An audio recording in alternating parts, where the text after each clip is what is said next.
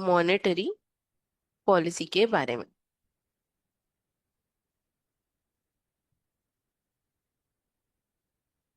हाँ, यहीं तक की है। मॉनेटरी पॉलिसी के बारे में। तो पहला, अब बताओ क्या मॉनेटरी पॉलिसी यहाँ पे फेल हो चुकी है क्या, कि आरबीआई ने इतना ज्यादा मनी सप्लाई कर दिया कि इंटरेस्ट रेट ही गिर चुका है। ठीक है। तो monetary policy becomes in effective,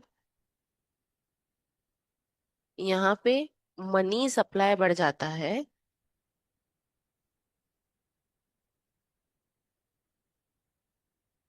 money supply बढ़ जाता है।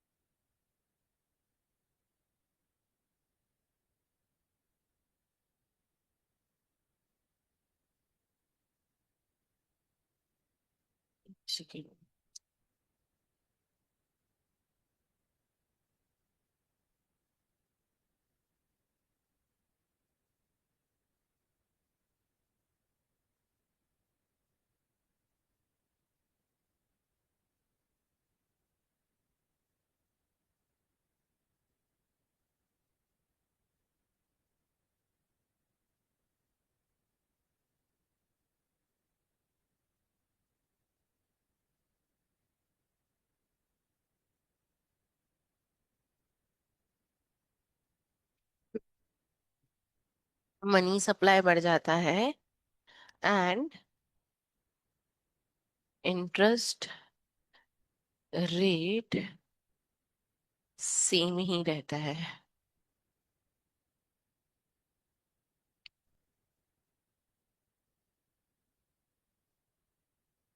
अच्छा, अब यहाँ पे क्या लोगों के पास ज्यादा पैसा आ गया है, तो यहाँ पे पीपल होल्ड मनी, यहाँ पे लोग पैसे को होल्ड करने लग जाते हैं क्योंकि पैसे का सप्लाई बढ़ गया है।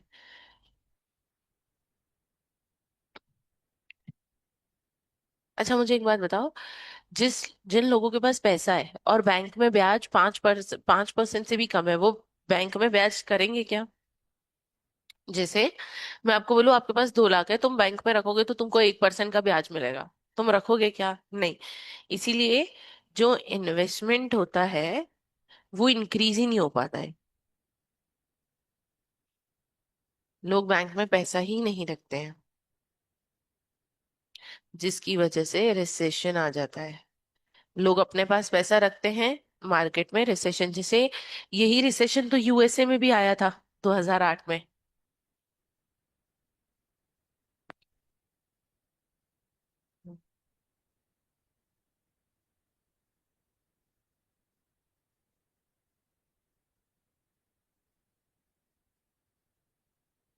तो इसका आप एग्जाम्पल लिख सकते हो। एग्जाम्पल 2008 का global crisis in USA. USA में जो ग्लोबल क्राइसिस आया था।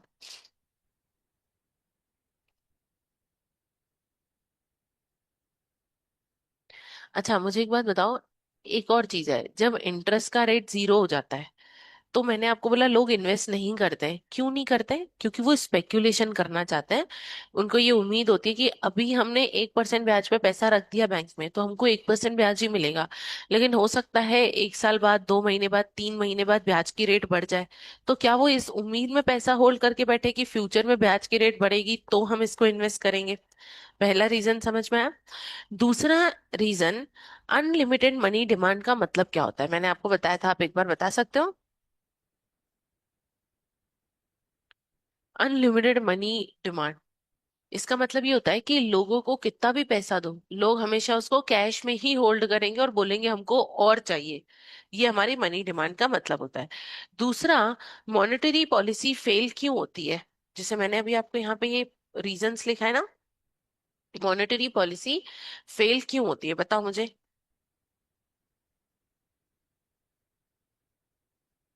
क्योंकि आप सोचो, अगर बैंक का ब्याज, बैंक ने जैसे यूएस, अच्छा यूएसए आप तीनों को याद है ना पक्का? नहीं तो मैं एक बार फिर से बताऊं, बताऊं क्या? याद है ना? तो यहाँ पे यूएसए, बता दूं? देखो, 2008 में यूएसए में क्या हुआ था, ये आपको पता होना इसलिए जरूरी है क्योंकि इसी एग्जाम्पल से आपको ये पूरा टॉपिक समझ में आ जाएगा, ठीक है? तो देखो, 2008 में यूएसए में क्या हुआ था। यूएसए में ना लोगों के पास घर नहीं थे। मतलब यूएसए में खाली जमीन पड़ी हुई थी लेकिन कोई घर नहीं बनाता था। तो अब सरकार को यूएसए का डेवलपमेंट करना था। आप सोचो, कोई ऐसा देश जहाँ पे खाली बंजर जमीन है, वो दिखने में अच्छी लगती है क्या? नहीं। अभी यूएसए में कितनी बड़ी बड़ी बिल्डिंग्स हैं। तो यहाँ पर जो गवर्नमेंट है, यूएसए की गवर्नमेंट, वो चाहती थी कि यहाँ पे बहुत सारे घर बनाए लोग। वहां पे क्या होता था ना, छोटे छोटे रूमों में किराए पे रहते थे लोग। अब लोग घर बनाए तो लोग घर क्यों नहीं बना रहे? क्योंकि लोगों के पास पैसा नहीं है। तो बैंक्स ने बोला, यूएसए ने क्या किया, यूएसए ने अपनी फेडरल बैंक को बोला। अब ये फेडरल बैंक क्या है?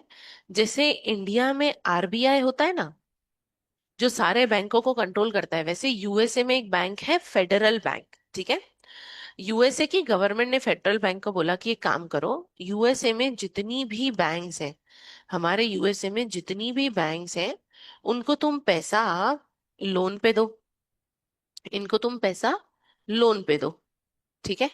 और अच्छा, जब जैसे आरबीआई अगर किसी बैंक को पैसा लोन पे देती है, तो क्या आरबीआई भी उस बैंक से ब्याज लेगी? क्या लेगी? बैंक काम कैसे करती है, जैसे इंडिया में एक बैंक है, ये बैंक क्या करती है, आरबीआई से पैसा लेती है और फिर यही पैसा पब्लिक को ब्याज पे दे देती है। तो यहां से पैसा आया, उसी पैसे को यहाँ ब्याज पे दिया। अब आरबीआई जो बैंक से ब्याज की दर लेता है, समझो लेता है 4%, तो इसको मैं बोल देती हूँ रेपो रेट। इसको मैं क्या बोलती हूँ?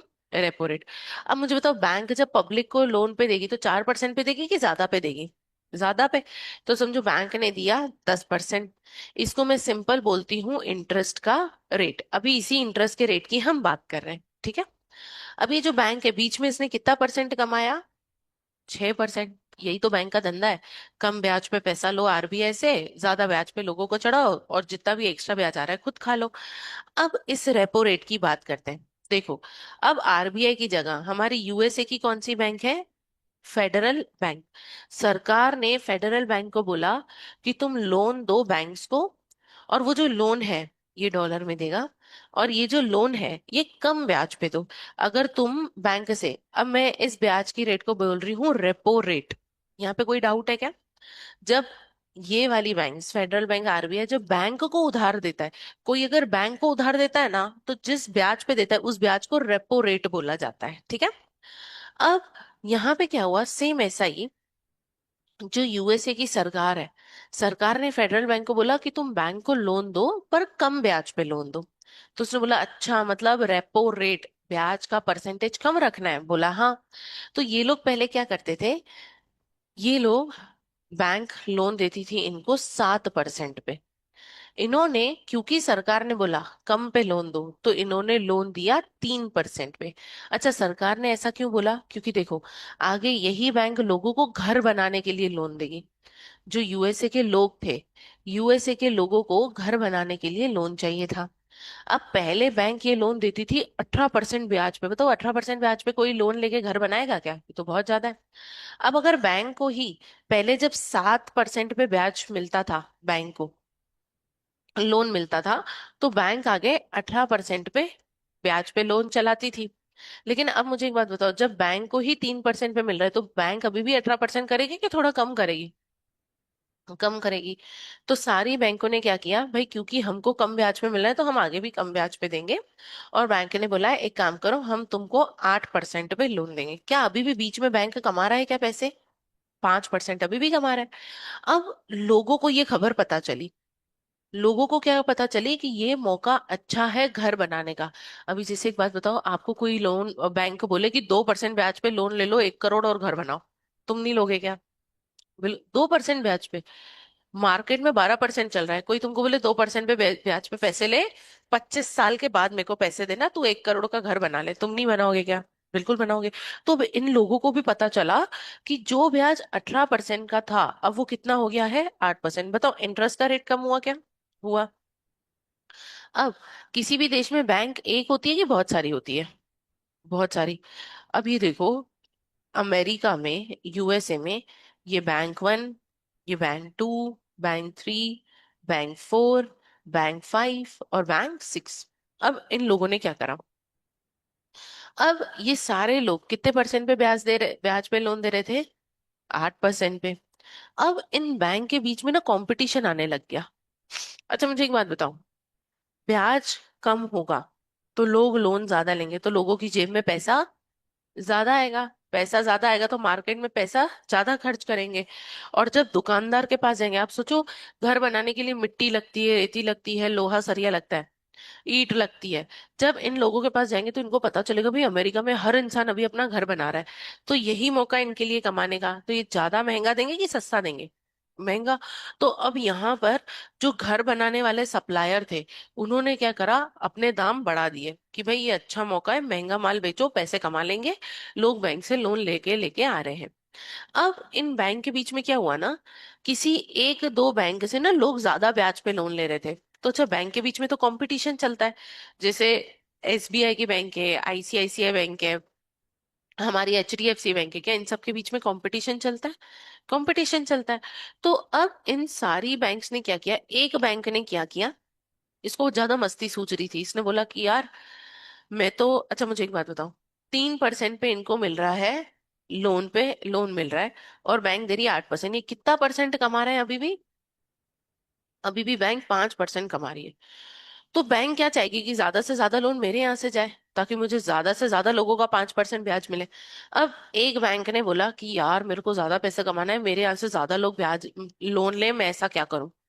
तो इस बैंक ने किया क्या, 8% से अपना लोन घटाकर लोन की दर कर दी 6%। अच्छा, बाकी बैंक में 8% ही चल रही है, सब लोग 5-5% कमा रहे हैं। इसने बोला कम कमाऊंगा लेकिन ज्यादा लोगों को बेचूंगा अपना माल, लोन ज्यादा लोगों को बेचूंगा, भले कम ब्याज पे पैसा कमाऊंगा।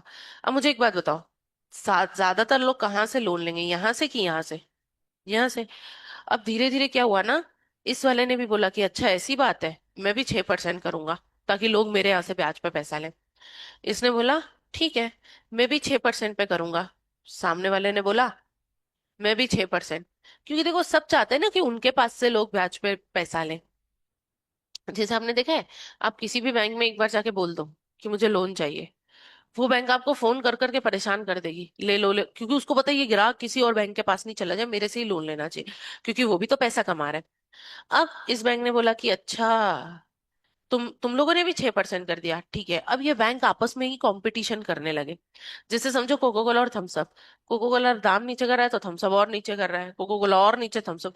बताओ इन सब के बीच में इन दोनों को तो नुकसान हो रहा है लेकिन पब्लिक को तो फायदा हो रहा है। अब इस बैंक ने क्या किया, 6% से घटा के सीधा कितना कर दिया, 4%। अब इस बैंक की ईगो पे आ गई, इसने बोला भले 1% भी ब्याज नहीं कमाऊंगा, लेकिन ज्यादातर लोग तो मेरे यहीं से लोन लेंगे। अब इसको देख के बाकी लोगों ने भी क्या किया, बाकी बैंक ने 4% पे। अच्छा, जब ये सारी चीजें हो रही थी, तब जो लोग हैं वो लोग इनसे कम ब्याज पे लोन लेते जा रहे थे क्या? वो लेते जा रहे थे। लोगों को तो फायदा हो रहा था ना। लोग बोल रहे थे अभी 1 महीना और रुक जाओ, ये पागल और कम करेगा, हम तब लोन पे ब्याज लेंगे। अब इसने क्या कर दिया, भाव टू भाव लोन कर दिया। 3% पे आरबीआई से लूंगा, 3% पे तुमको दे दूंगा, लेकिन मेरी ईगो है, लोन मेरे से ही लेना। अब बताओ, इस सब कंपटीशन के बीच में क्या लोगों के पास पैसा ज्यादा आ गया? पैसा ज्यादा आ गया। अब लोगों ने क्या, 3-3% ब्याज पे लोन उठा लिया, 1 करोड़, 2 करोड़, $1000, 1 लाख। और इन सबने मिलके क्या करा, घर बनाए। ये सारे कितने बना दिए उन्होंने, घर बना दिया। अब मुझे एक बात बताओ, कोई भी चीज अगर ज्यादा मात्रा में मिलती है तो उसकी कीमत बढ़ती है कि गिरती है? गिरती है ना। मुझे एक बात बताओ, अभी जैसे पुराने जमाने में जो सोना था, पुराने जमाने में जो सोना बिकता था, वो इतना महंगा क्यों नहीं बिकता था? क्योंकि हर किसी के पास सोना था। ठीक है, सोने के सिक्के इतने कॉमन थे, वो पोटली में से निकाल के पोटली दे देते थे, ले रख ले खुश हो जा। और हमको अभी एक सोने का सिक्का मिल जाए तो हम तो पागल ही हो जाए कि सोने का सिक्का मिल गया। तो उस जमाने में लोगों के पास सोना इतना था, इसलिए सोने की वैल्यू कम थी। अब लोगों के पास सोना कम है इसलिए उसकी प्राइस ज्यादा हो रही है। सेम अब समझो ये घर, ये जो घर है, पूरे अमेरिका में घर बन गए। घर ही घर, जहां देखो उधर घर, खाली जमीन ही नहीं छोड़ी लोगों ने। क्योंकि लोगों ने बोला 3% ब्याज पे अभी तो बना के रख दो। जिसके पास घर था ना, उसने भी सस्ते ब्याज पे लोन लेकर उसने भी क्या करा, घर बनाया, ताकि महंगे दामों में इसको बेचूंगा। जैसे आपको अगर 2% पे ब्याज मिले, तो आप क्या करोगे, 2% पे 1 करोड़ का घर बनाया, 2 साल के बाद 5 करोड़ में बेच दूंगा, तुम्हारा तो मजे हो गए ना। तो ऐसा ही अंग्रेजों ने भी सोचा, लेकिन यहाँ पे एक दिक्कत हो गई। ये भूल गए डिमांड, मनी डिमांड का कंसेप्ट। पहली चीज तो मुझे बताओ, इन सबकी जेब में क्या पैसा बहुत ज्यादा आ गया? पैसा ज्यादा आ गया। पैसा ज्यादा आया इसलिए इनकी पैसे की लालच और बढ़ गई कि मुझे और चाहिए। तो जिन जिन लोगों ने 8% पे लोन उठाया था ना, उन्होंने दोबारा 3% पे भी उठा लिया। और उन्होंने क्या किया, 8% पे लोन उठाया, फिर 3% पे उठाया, 8% वाले को पे कर दिया और फिर 3% ब्याज देने लग गए। समझ में आया? तो लोग तेज चलने लग गए। सब लोगों ने अपने घर बनाए। अब अमेरिका में घर हो गए बहुत ज्यादा। तो बताओ, घर एकदम ज्यादा तो उसकी वैल्यू कम होगी कि नहीं होगी? कम हो गई। अब जिस घर को लोगों ने 1 करोड़ में बनाया था, जिस घर को लोगों ने 1 1 करोड़ में बनाया था, उस घर की जो कीमत है, क्योंकि वैल्यू कम हो गई, इस 1 करोड़ की वैल्यू कम हो गई, उस घर की कीमत बची सिर्फ 40 40 लाख रुपए। 60 लाख का नुकसान हो गया। हुआ कि नहीं? अब हुआ ऐसा क्योंकि, अब इन बताओ, ये सारी बैंक ने इनको लोन दिया था तो लोन पे ब्याज तो लेगी ना। अब इन लोगों को समझ में आया कि भाई हम तो क्या हो गए, ट्रैप, हम तो फंस गए। क्यों फंस गए? क्योंकि हमने सोचा था घर बनाएंगे, महंगे दामों में बेचेंगे, फिर कोई सस्ता घर खरीद लेंगे और इसी पैसे से ब्याज को भी चुकता कर लेंगे, लोन भी खत्म कर लेंगे। लेकिन इन सब के साथ हुआ दो चीज की गलती। एक तो इन्होंने लोन लिया तो जो सप्लायर था, क्या सप्लायर ने अपना दाम बढ़ा दिया क्या? बढ़ा दिया। तो इनका पैसा यहाँ पे बहुत ज्यादा खत्म होने लग गया। दूसरा, इन लोगों के साथ क्या चीज हुई कि जब घर बहुत ज्यादा हो गए, जब ये मार्केट में बेचने गए, 1 करोड़ का घर बनाया है, 2 करोड़ में बेच रहा हूँ, जिसको लेना है लो, मजे ही मजे। उसने बोला तेरे पड़ोस वाला 1 करोड़ का 1 करोड़ में ही बेच रहा है। क्योंकि घर ज्यादा हो गए तो उसकी कीमत गिर गई। अब इन लोगों ने क्या बोला कि भाई हमको तो 60 60 लाख रुपए का नुकसान हो गया। तो इन्होंने इन बैंक को ब्याज देना बंद कर दिया। सारी बैंक को लोगों ने ब्याज ही नहीं दिया। अब बताओ, एक दिन ब्याज नहीं दिया, 1 महीना, 2 महीना, 3 महीना, बैंक तुम्हारे घर पे आएगी कि नहीं आएगी कि भाई ब्याज निकालो? तो ये सारी बैंक मिलके अपने अपने लोगों के पास गई कि ब्याज दो। इन लोगों ने क्या बोला?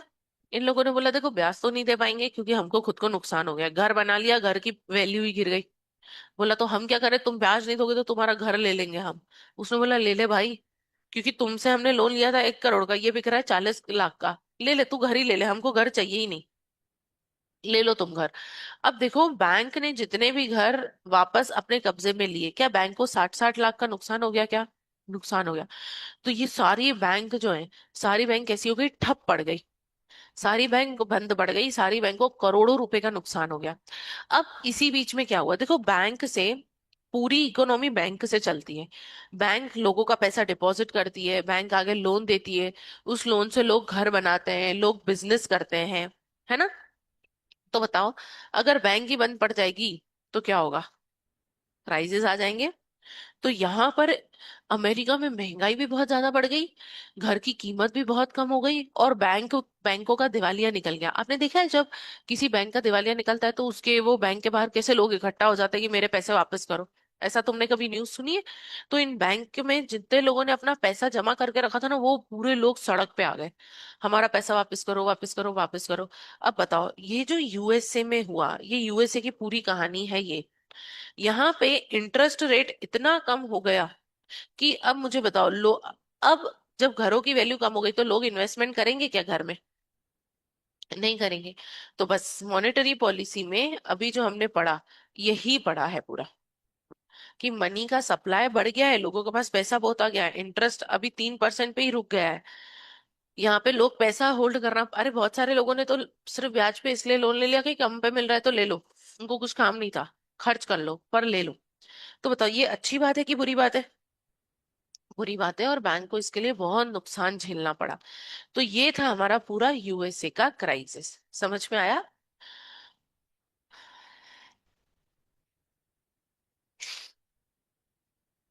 गोल्ड क्या?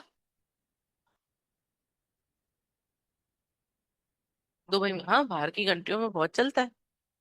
लेकिन वो लोग ज्यादातर डायमंड्स लेना पसंद करते हैं। वहां पे आपको सोने मतलब वहां पे आपको सोनार की दुकान दो चार दिखेगी, डायमंड की 10-15 दिखेगी। वहां के लोग डायमंड बहुत पहनते हैं।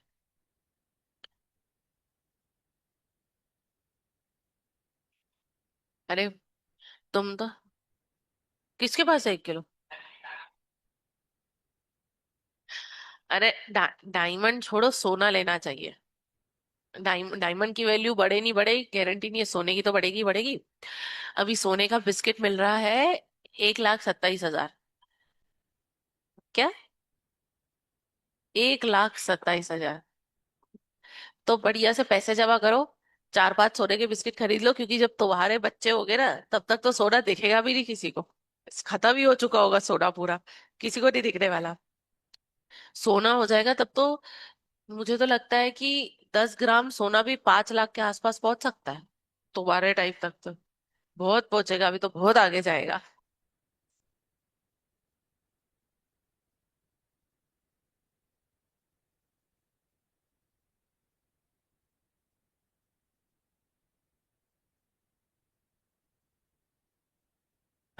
बताओ। अरे बहुत महंगा होने वाला है। अच्छा, हमने ये लिक्विडिटी ट्रैप पढ़ लिया है ना? उसके बाद अब हमको ये कुछ बहुत मेन चीज पढ़नी है, काइजन डेवलपमेंट्स। ये लास्ट टॉपिक है। लेकिन अगेन, अभी जो हमने 3 थ्योरी करी ना, देखो ये चैप्टर अब हमारा खत्म होने वाला है। ये सिर्फ 3 पेज और बाकी है। ठीक है, चैप्टर नहीं, यूनिट, सॉरी। इसमें तो अलग अलग यूनिट्स है। अच्छा, लेकिन सबसे पहले अपन इसमें थोड़े से क्वेश्चन कर ले क्या, जो अभी तक हमारे रिलेटेड है। अच्छा, हमने 5 तक तो कर लिए थे, ये तो कर लिए थे अपन ने। 6th वाला कैम्ब्रिज अप्रोच का है, एक बार देखना।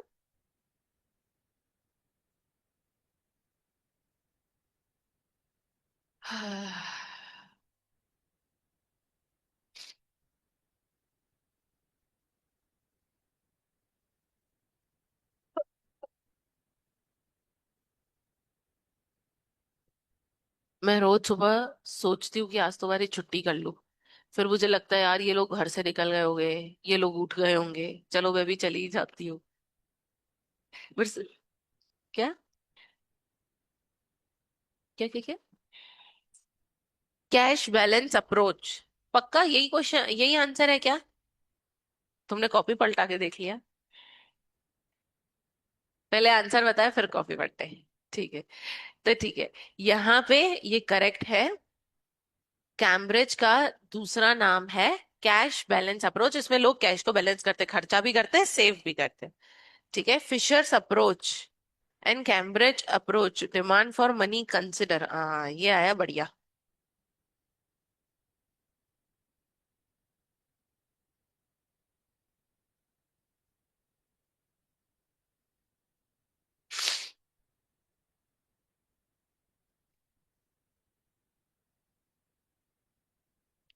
दोनों थ्योरी में एक कॉमन चीज बोली हुई है, वो कॉमन चीज क्या है? बहुत सिंपल है।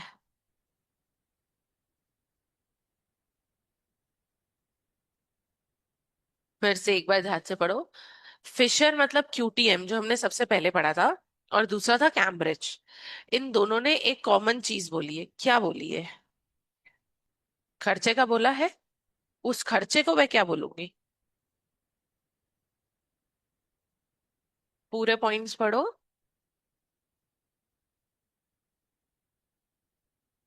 बी वाला नहीं है। मैंने आपको क्या बताया था कि हमारी क्यू टी एम और कैम्ब्रिज, हमने कल वो क्लैरिटी कॉर्नर भी बनाया था, चार्ट बनाया था। ये क्या बोलता है कि लोगों को सिर्फ क्या चाहिए? ट्रांजैक्शन के लिए। ये क्या बोलता है? Transaction plus savings. तो बताओ, दोनों में कॉमन वर्ड कौन सा दिख रहा है आपको? ट्रांजैक्शन। मतलब पैसा चाहिए ट्रांजैक्शन के लिए, money as a means of transaction, and therefore demand for money is only for transaction demand for money. ठीक है, देखो, आपको ऐसे ऑप्शन पढ़ के लग सकता है कि कुछ डिफिकल्ट है, लेकिन सिर्फ आपको एक पॉइंट पकड़ना होता है, पूरा आंसर वहीं आ जाता है। जैसे अपन ने कल क्लैरिटी कॉर्नर बनाया, उसमें ट्रांजैक्शन और ट्रांजैक्शन दोनों सेम ही था, तो इधर वही तो बोला कि दोनों में क्या कंसिडर करते हैं, तो वो था सी वाला। कभी कभी आपको ऐसा लगता है आंसर पता चलता है तो लगता है भाई ये तो कुछ था ही नहीं। अच्छा, रियल मनी इज, अच्छा इसके लिए भी मैंने आपको लिखवाया था, रियल मनी का मतलब क्या होता है।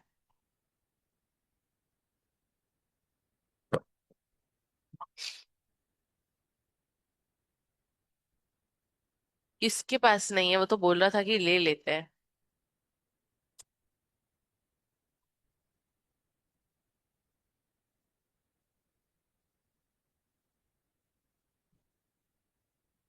ये रियल और नॉमिनल आपने नेशनल इनकम में भी पढ़ा है।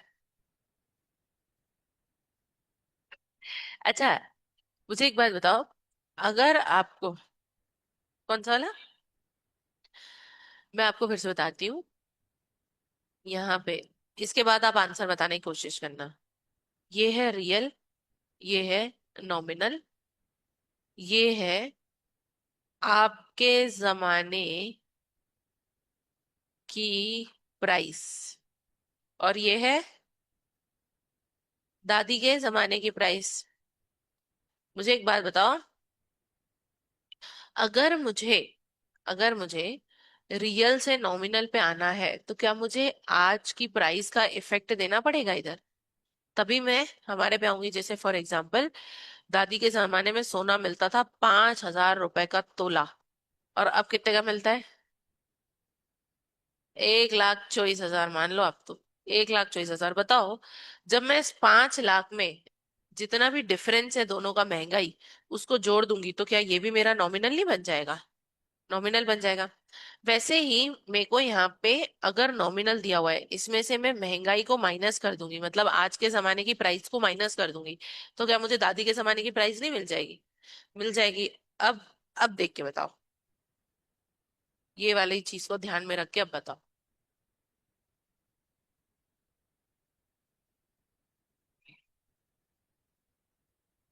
ए, yes, A is correct answer. मैं नॉमिनल को एडजस्ट करूंगी प्राइस से तो क्या आ जाएगा? रियल। आसान था। ठीक है, सिर्फ कंसेप्ट याद रखना क्या है। अरे, precautionary money balance people want to hold, कल ही लिखा है अपने।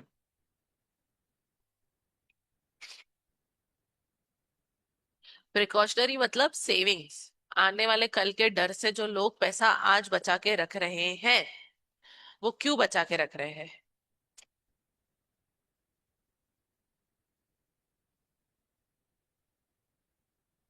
मैं बताऊं क्या, सिर्फ एक वर्ड से आपका आंसर आपको मिल सकता है, फिर आपको आंसर पता चलेगा तो आपको लगेगा है ये क्या था।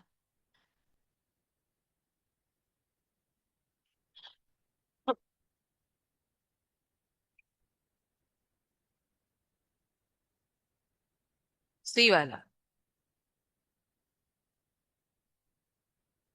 है, are determined preliminary by the level of transaction they expect to make in the future।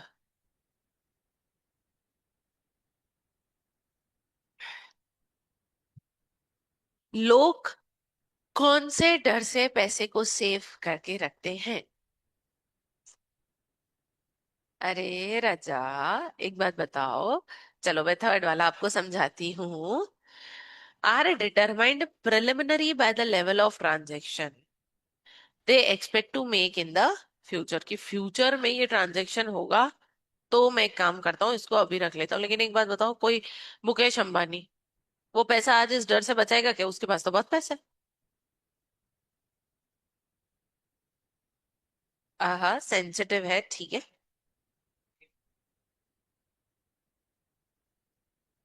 अच्छा मुझे बताओ, इलास्टिक का मतलब क्या होता है?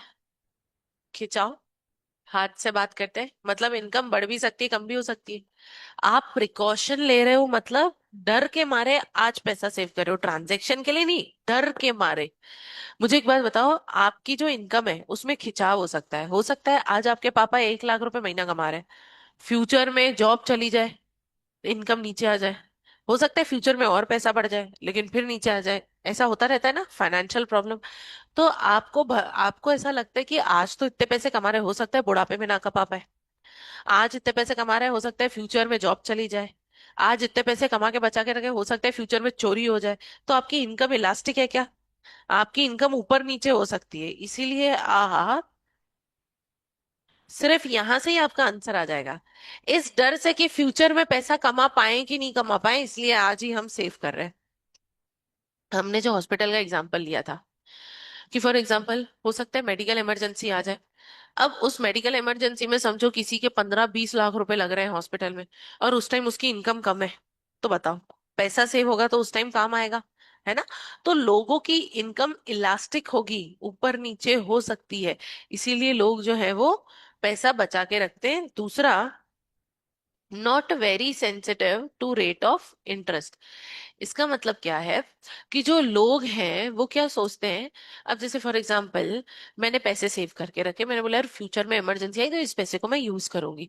अब मार्केट में भले ब्याज ज्यादा मिल रहा है, लेकिन मुझे ये लग रहा है कि नहीं, मुझे फ्यूचर में मेरी इनकम कम ज्यादा हो सकती है अगर मैंने किसी को ब्याज पे दिया और पैसा मेरा खा गया तो मेरे अंदर लालच नहीं है, मैं सेंसिटिव नहीं हूँ कि अरे अरे ब्याज की दर बढ़ती जा रही है, पैसे को ब्याज पे चढ़ाओ। नहीं, मुझे ऐसा लगता है मैं भले ही कम पैसा कमाऊंगी लेकिन मैं इस पैसे को अपने पास सेफ रखूंगी, ताकि फ्यूचर में मेरी इनकम ऊपर नीचे हो तो मैं इसको यूज कर पाऊं। कितनी बार लोग ब्याज पे पैसा खा जाता है ना। तो बस वही वाला, इसलिए option A is the answer. समझ में आया? बस, अरे जिसमें ये मेन हीरो तो यही था। अच्छा, स्पेक्युलेटिव डिमांड फॉर मनी।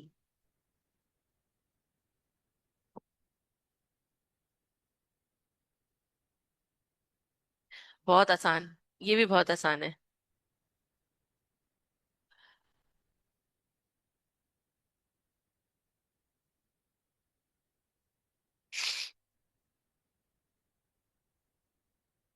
बताओ।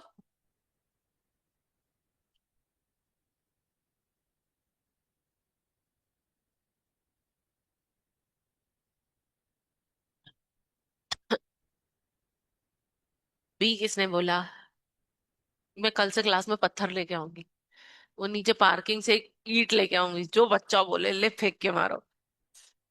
भाई, जब हम छोटे थे ना तो टीचर तो डस्टर फेंक के मार देती थी सर पे। खतरनाक टीचर। देखो, speculative demand for money is positively related. A, इसने बोला था ना बी। मारो तो इसको एक चाटा। पॉजिटिव क्या? अ, अभी नहीं फेंकना। Is not determined by interest. चलो, मैंने आपको क्या बोला था? स्पेक्युलेशन की बात कर रहे थे अपन, ठीक है? ये मैं बात कर रही हूँ स्पेक्यूलेशन की। ठीक है, स्पेक्यूलेशन का मतलब क्या होता है? आज पैसा रखती हूँ इस उम्मीद में कि फ्यूचर में पैसा, इंटरेस्ट रेट बढ़ जाएगा। मुझे एक बात बताओ, आपके पास समझो 1 करोड़ रुपए रखा हुआ है और मार्केट में ब्याज मिल रहा है 2%।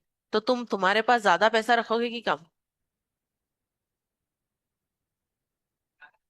ज्यादा, मैं बोलती हूँ, जब ब्याज कम मिल रहा है तो मैं मेरे पास पैसा रखूंगी, जब ब्याज ज्यादा मिल रहा है तो मैं अपने पास कम पैसा रखूंगी, ब्याज पे पैसा चढ़ा दूंगी। ये कैसा है रिलेशनशिप? नेगेटिव का दूसरा नाम। कहाँ है इनवर्स, कहाँ लिखा है इधर? नेगेटिव इनवर्स एक ही। तो करेक्ट आंसर इज, हे भगवान, C. Correct answer is C. देखो कितना आसान था। ब्याज कम मिलेगा तो मैं पैसा रखूंगी। स्पेकुलेशन मतलब मैं सोचती हूँ कि आने वाले टाइम पे बढ़ेगा तो मैं पैसा वहां डाल दूंगी, तो आने वाले टाइम पे बढ़ा तो पैसा वहां डाल दिया। तो ये नेगेटिव है, इनवर्स है। अच्छा, 11th वाला। According to kindness, if the current interest rate is high.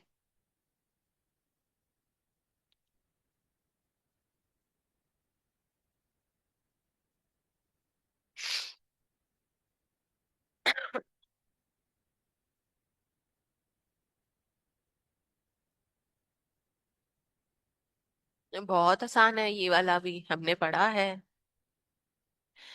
बताओ। कल से मैं सही में ईंट लेके आऊंगी रे। तुम लोग सही में जवाब नहीं दे रहे हो।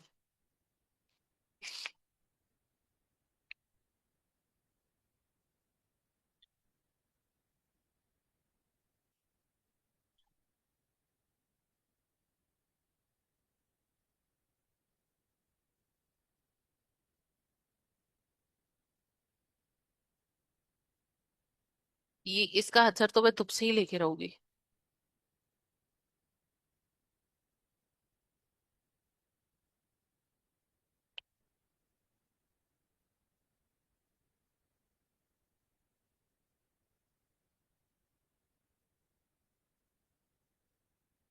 बी होगा। श्योर है बी होगा। सबका आंसर आने दो।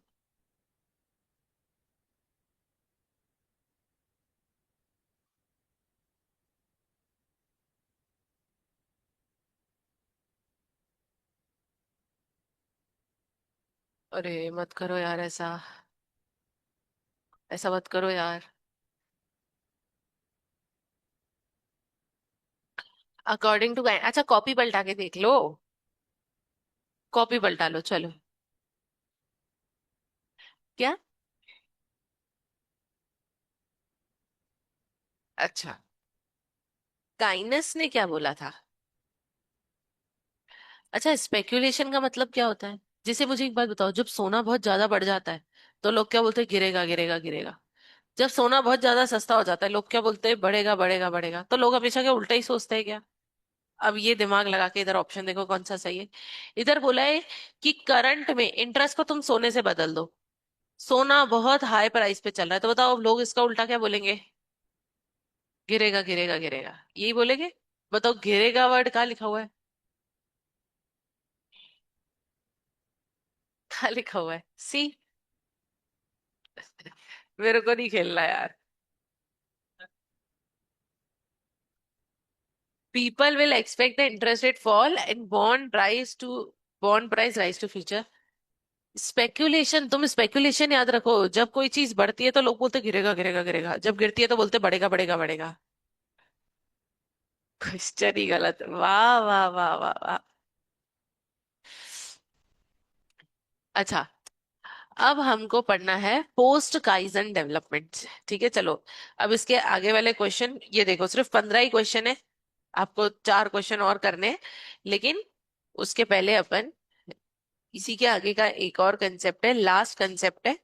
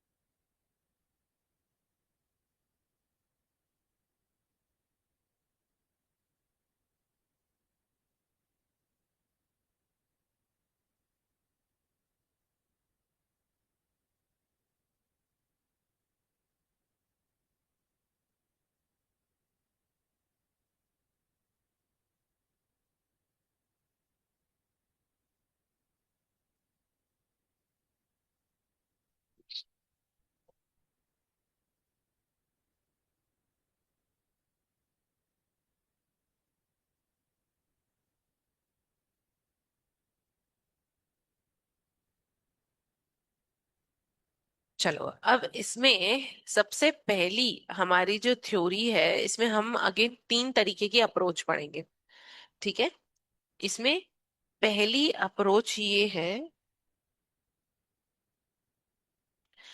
इसमें पहली अप्रोच है मेरे पास इन्वेंट्री अप्रोच। इसका एक और नाम है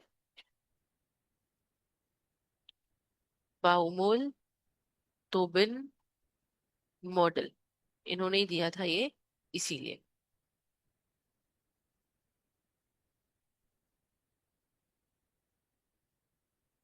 अब इसका ध्यान। हाँ यही नाम है इसका, बाउमोल तोबिन मॉडल। अब देखो इन्वेंट्री, मुझे बताओ इन्वेंट्री का मतलब क्या होता है? स्टॉक। तो यहाँ पे बोलते हैं जैसे दुकानदार के लिए स्टॉक होता है, वैसे ही लोगों के लिए कैश होता है। क्या ये सही लगा लाइन जो मैंने बोली? जैसे एक दुकानदार अपने पास स्टॉक हमेशा रखता है दुकान में, क्या वैसे ही लोग अपने पास कैश हमेशा रखना चाहते हैं? तो जैसे एक दुकानदार के लिए स्टॉक होता है, इन्वेंट्री होती है, वैसे ही एक इंडिविजुअल के लिए पैसा क्या होता है, स्टॉक होता है। अब इसको थोड़ा और समझते हैं। जैसे समझो, एक दुकानदार है, ठीक है। अब इस दुकानदार ने स्टॉक मंगवाया। जब इसने स्टॉक मंगवाया तो इसको ट्रांसपोर्ट का भाड़ा लगा। इसको ट्रांसपोर्ट का भाड़ा लगा 20,000 रुपए का। क्या इसको लेबर को वेजेस भी देनी पड़ी होगी क्या? लेबर, वो माल उतारने करने वाले जो गाड़ी से उतारते हैं, उसको इसने दिए 5,000 रुपए। उसके बाद इस माल को जब अपने घर पे इस माल को उतारा, अपनी दुकान पे जब इस माल को उतारा, तो उस माल को जगह करने के लिए एक और जो प्लॉट है उसको किराए पे लेना पड़ा है। जैसे दुकान छोटी है और माल रखने के लिए और जगह चाहिए, तो कभी कभी होता है ना, पास वाली दुकान किराए पे ले लेते हैं कि उधर भी हम माल रख देंगे। चलो, या फिर तुम इतना आगे मत जाओ, सिर्फ इतना सोचो, ठीक है। और इसके माल की जो कीमत थी, जो इसने स्टॉक मंगवाया, इस स्टॉक की जो कीमत थी, वो कीमत थी इसकी, समझो 1 लाख रुपए। बताओ, इस स्टॉक को अपने पास रखने के लिए इसको टोटल कितना खर्चा उठाना पड़ा? 1,25,000। बताओ, अब ये जो 1,25,000 है, ये आगे कस्टमर से वसूलेगा। अब जब ये इसी स्टॉक को मार्केट में सेल करेगा, तो टोटल 1 लाख का करेगा, 1,20,000 का करेगा, 1,25,000 का करेगा, कि 1,30,000 का करेगा? किस पे करेगा? 1,30,000 पे क्यों? प्रॉफिट भी कमाएगा। क्या ये दुकानदार ऐसा तो नहीं सोचेगा कि यार मुझे तो 1 लाख में पड़ा माल, तो मैं इसको 1,20 में, 1,25 में भी बेच सकता हूँ? ऐसा तो नहीं सोचेगा, क्योंकि ट्रांसपोर्ट और ये भी लगा। अब समझो, इस दुकानदार ने क्या करा, एक ही बार में एक ही बार में 1 महीने का माल मंगवा दिया था, ठीक है। बताओ, अब लोगों को जब ये सेल करेगा 1 महीने तक, तो कैसा, सस्ता मिलेगा कि महंगा? महंगा मिलेगा, ठीक है। चलो, एक और एग्जांपल। इसने क्या करा, इस आदमी ने क्या करा, इस आदमी ने सिर्फ 10 दिन के लिए माल मंगवाया, ठीक है। मतलब ये हर 10 दिन में माल मंगवा रहा है, और हर 10 दिन में ये जो माल मंगवा रहा है, समझो 50-50 हजार का, या फिर इसमें भी सेम ही रखो, तुम कंफ्यूज हो जाओगे। 1 लाख का ही माल मंगवा रहा है, ठीक है। तो इसको हर 10 दिन में 25,000 का ट्रांसपोर्ट, हर 10 दिन में इसको 20,000 का ट्रांसपोर्ट, और इसको वेजेस देनी पड़ रही है 5,000 की, मतलब 25,000। मुझे बताओ, यहाँ पे लोगों को हर 10 दिन में माल महंगा मिलेगा कि सस्ता? मुझे एक बात बताओ, ये हर 10 दिन में माल मंगवाता है, एक बार के ट्रांसपोर्ट का खर्चा कितना है? 20,000। 10 दिन में मंगवाता है, मतलब 3 बार ये खर्चा करना पड़ेगा, है ना? 3 बार मजदूरों को पैसा देना पड़ेगा। तो बताओ, पूरे महीने का इसका यहाँ पे खर्चा कितना हो गया? 60 और 15, 75, 75,000। अब मुझे एक बात बताओ, इसकी टोटल कॉस्ट कितनी हो गई? 1,75,000। बताओ, ये लोगों को अब 1,30 में बेचेगा कि 1,80 में बेचना चाहेगा? 1,80 में बेचना चाहेगा। बताओ, अब लोगों को कहाँ फायदा हो रहा है? जब ये एक ही बार में माल मंगवा लेता है तब, कि जब ये 3 बार मंगवा रहा है तब? एक बार में मंगवा रहा है तब, बरोबर। अब इस माल को तुम रिप अब इस माल को तुम रिप्लेस कर दो पैसे से, ठीक है। समझो, एक आदमी के पास पैसा है, और उसको इस पैसे को खर्च करना है, ठीक है। इसकी जेब में पैसा है, इसने पैसा निकाला, खर्च कर दिया। वहीं एक आदमी का जो पैसा है, वो उसने बैंक में रख के रखा है। मुझे बताओ, क्या बैंक में उसके चार्जेस कटते होंगे क्या? कटते होंगे। वो क्या करता है, बैंक में डिपॉजिट करता है, और वो एटीएम वगैरह यूज करके पैसा निकालता है और पैसे को खर्च करता है। बताओ, क्या इसको एक्स्ट्रा चार्जेस देने पड़ रहे हैं क्या? बैंक में तुम पैसा रखोगे, बैंक की फैसिलिटी को यूज करोगे, तो क्या आपको चार्जेस देने पड़ेंगे बैंक को? तो मुझे बताओ, ज्यादा समझदार कौन है, ये जिसने चार्ज बचा लिए, ये जिसने चार्ज अक्रू कर रहा है।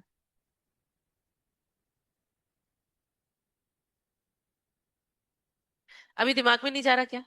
ठीक है, तो इसको अपन कल कंटिन्यू करें, कोई दिक्कत नहीं। ठीक।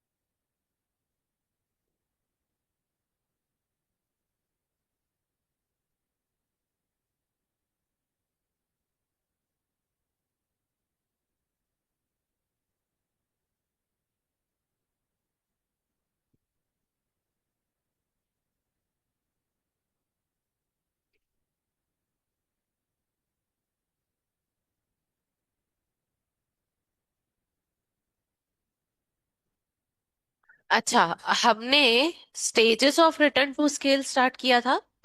ठीक है। जिसमें मैंने आपको बोला था तीन तरीके की स्टेज होती है जब बिजनेस ग्रो करता है। एक स्टेज ऐसी होती है जब बिजनेस कांस्टेंट हो जाता है। और एक स्टेज ऐसी होती है जब बिजनेस डिक्रीज होने लगता है। ठीक है।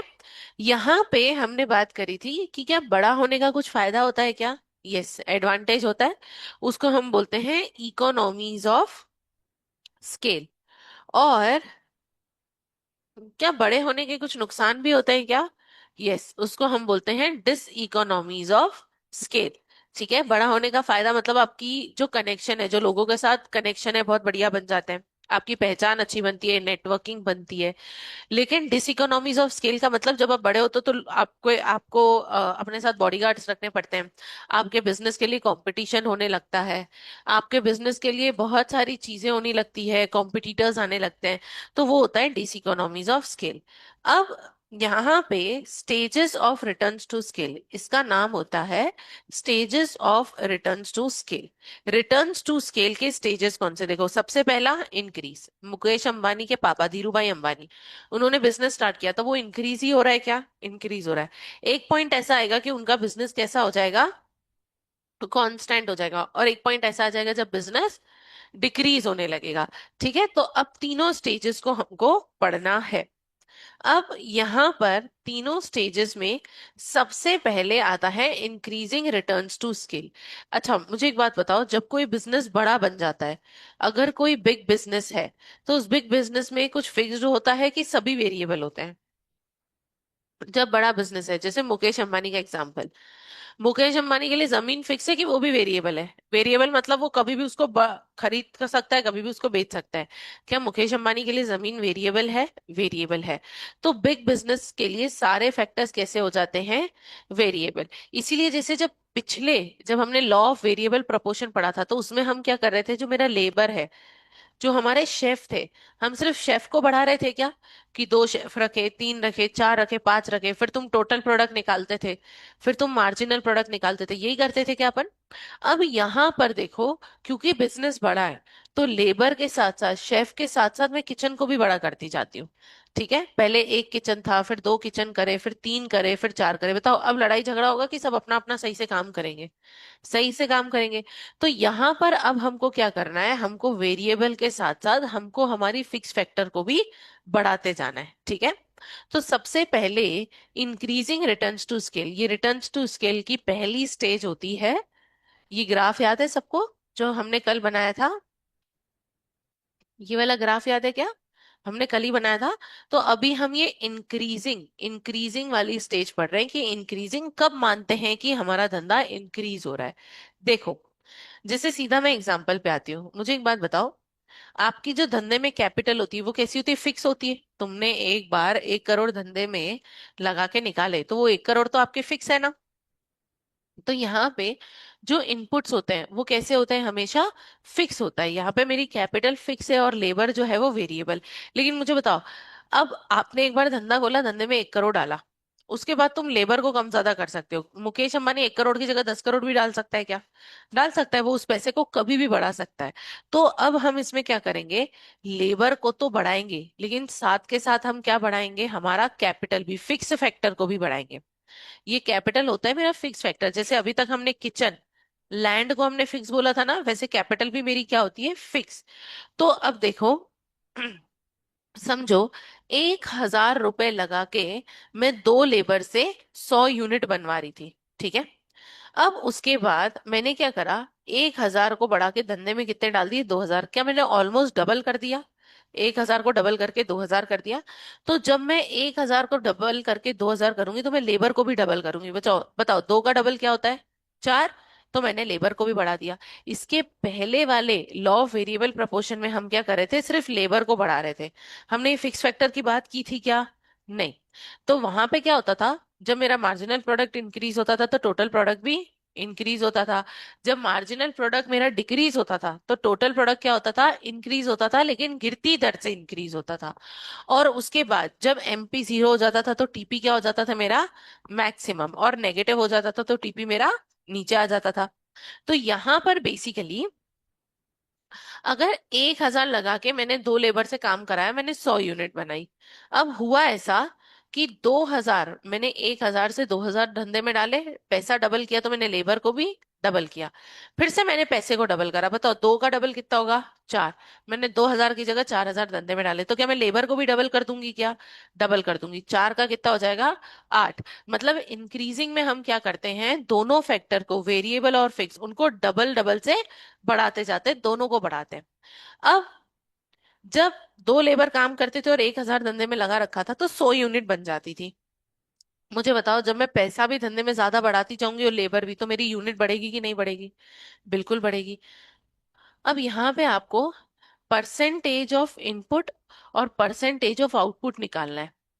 एग्जाम में इसका क्वेश्चन कैसे आता है, आपको ये डेटा दिया हुआ होगा, आपको दिया होगा कि आपकी जो कैपिटल है वो ऐसे डबल से इंक्रीज हो रही है, आपका लेबर भी इंक्रीज हो रहा है, और इतनी यूनिट। आपको बताना होगा ये कौन सी स्टेज है। तो मेरी बात ध्यान से सुनो, जब मैं मेरे पैसे को और लेबर को डबल से बढ़ाती हूँ, उससे भी ज्यादा जब इनपुट बढ़ जाता है तो उसको मैं बोलती हूँ इंक्रीजिंग। मतलब मैं इनपुट कम डाल रही हूँ और आउटपुट ज्यादा निकल रहा है, तो उसको मैं क्या बोलूंगी? Increasing returns. जब मैं मेरा इनपुट डाल रही हूँ 100% और मेरा आउटपुट भी 100% निकल रहा है, तो मैं उसको क्या बोलूंगी? Constant return. जितना माल डाला उतना ही माल निकला, ठीक है। जब मैं जितना माल डालती हूँ उससे भी कम आउटपुट निकलता है, तो मैं उसको बोलती हूँ डिक्रीजिंग रिटर्न। समझ में आया? सिंपल है।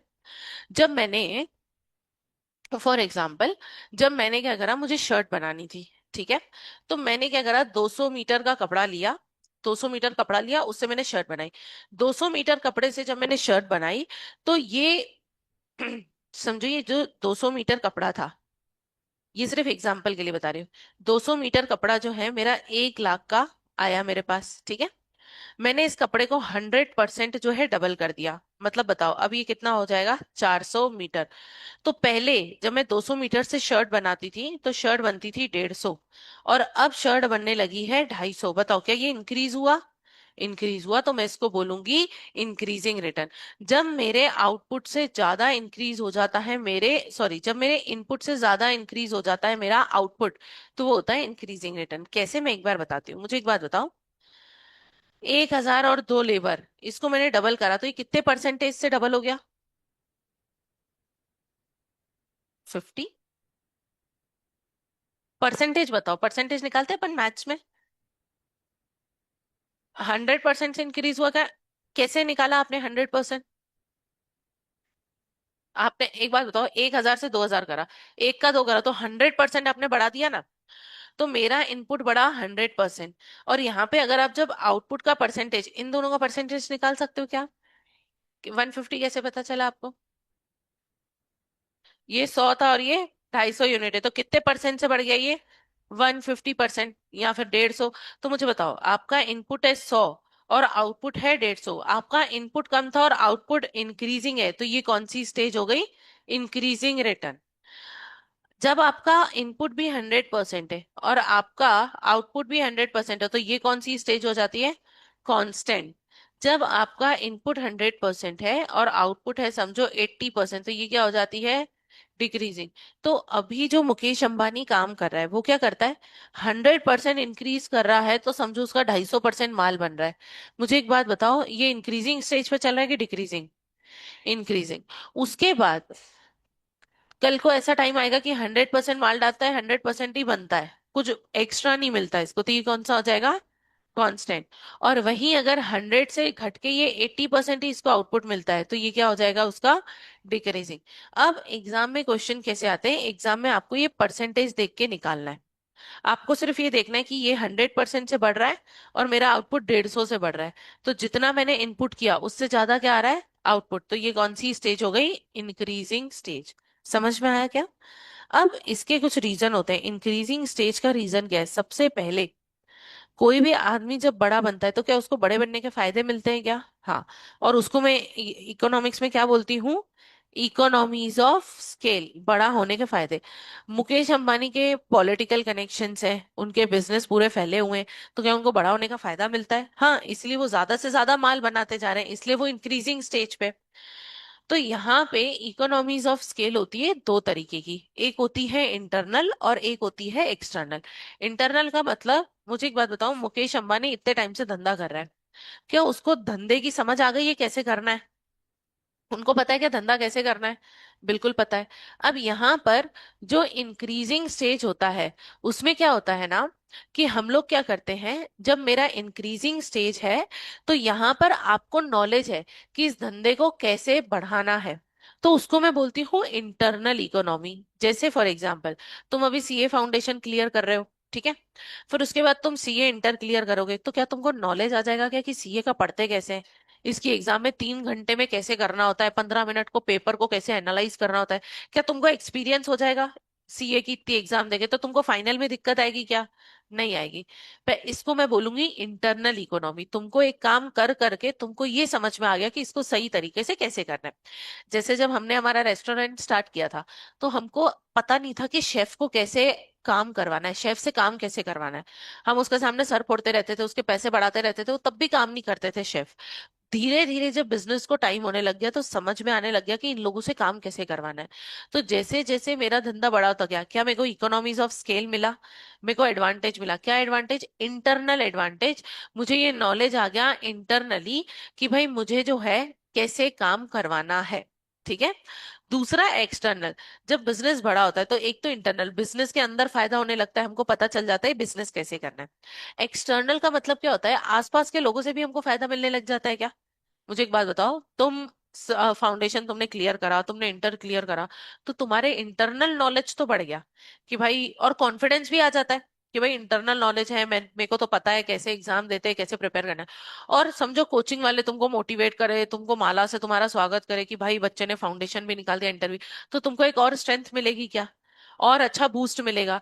तो आपको जब एक ही काम बार बार करते हो तो जो फायदा मिलता है उसको हम बोलते हैं इंटरनल इकोनॉमी। और जब तुम बड़े बनते जाते हो और बाहर से जो फायदा मिलता है उसको हम क्या बोलते हैं? External economies. ये समझ में आया क्या?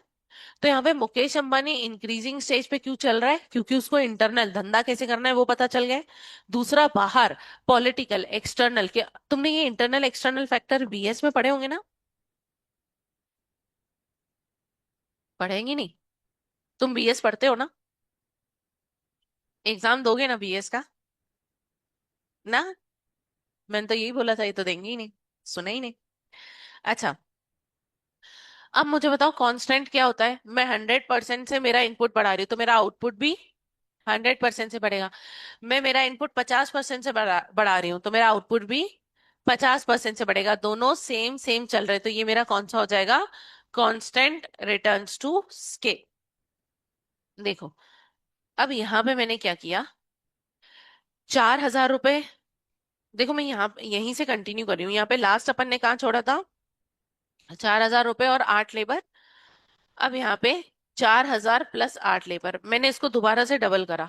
4 का डबल 8,000, और 8 का डबल 16। अब देखो, मैंने इनको डबल करते करते मैं यहां तक आ गई, और मेरा इनपुट की आउटपुट की यूनिट मुझे दी हुई है। मैंने फिर से मेरा इनपुट 100% से बढ़ाया, क्या बढ़ाया? और इस बार देखो, क्या मेरा आउटपुट आउटपुट कितने परसेंट से बढ़ रहा है?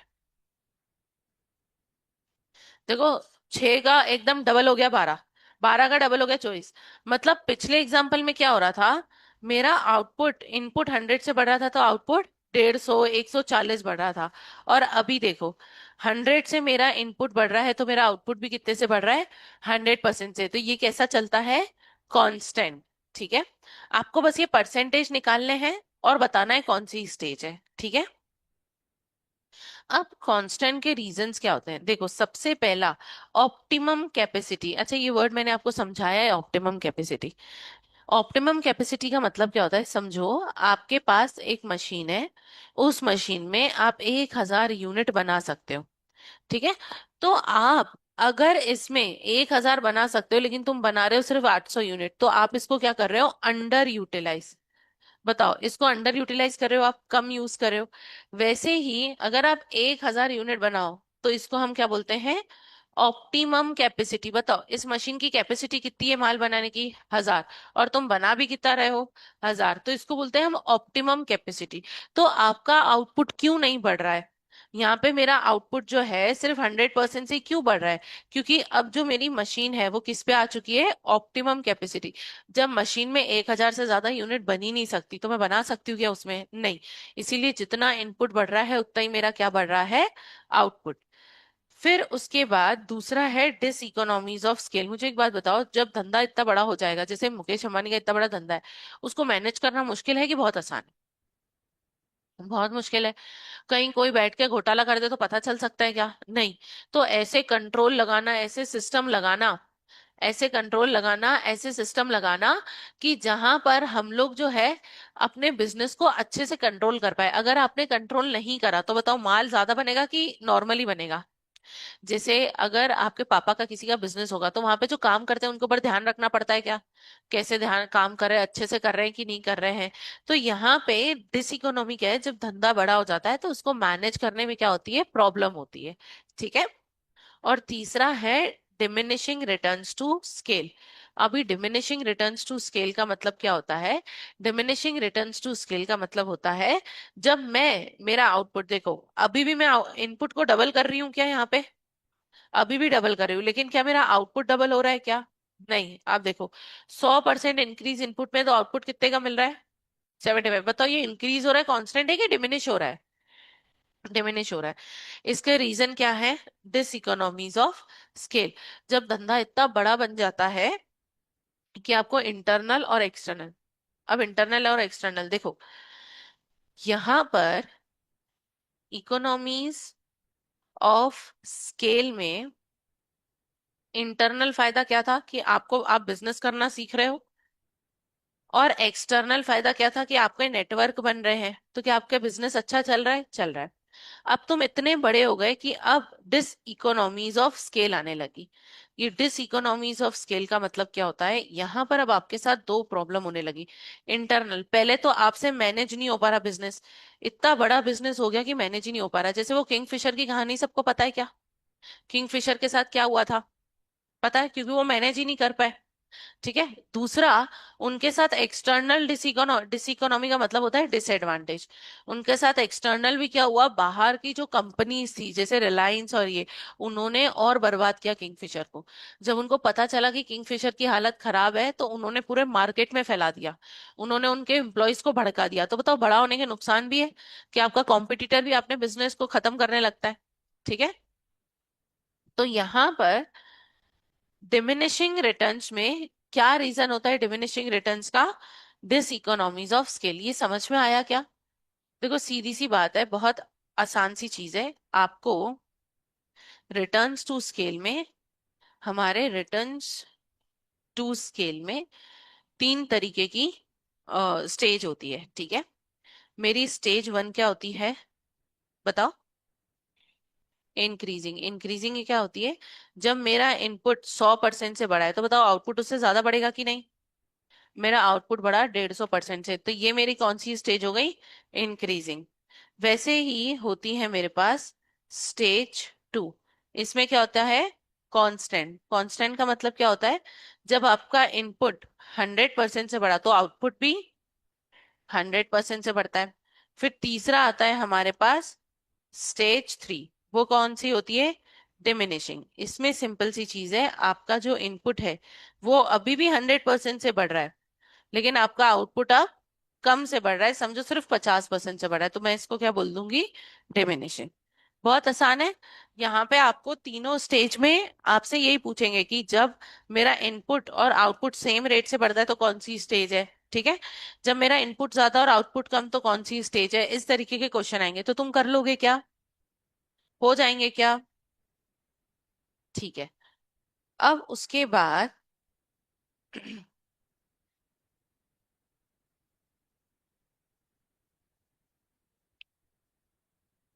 एक बार ये डिफरेंस पढ़ोगे क्या आप?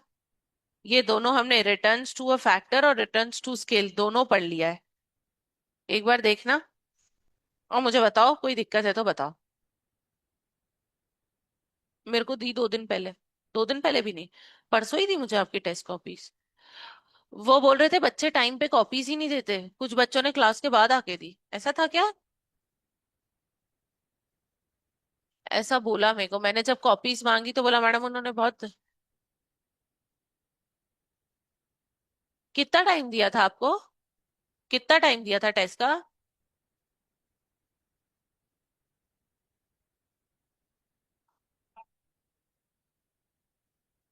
है।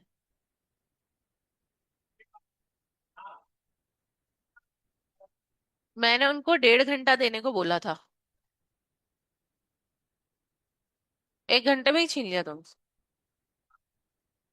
अच्छा, एक बार इसको रीड करो। देखो ये वाला कौन सा है? ये हमारा वो वेरिएबल वाला, याद है क्या? हम सिर्फ लेबर को बढ़ा रहे थे, और यहाँ पे अभी हम लेबर प्लस फिक्स दोनों को बढ़ा रहे थे। एक बार ये डिफरेंस पढ़ना, आपको कुछ समझ में नहीं आए तो मुझसे पूछ लो।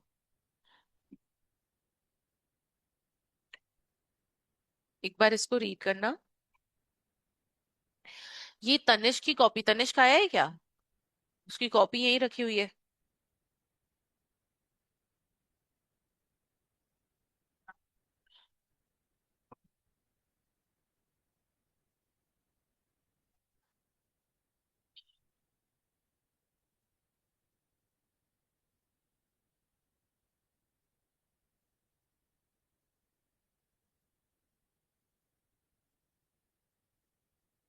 क्या पर करूँ?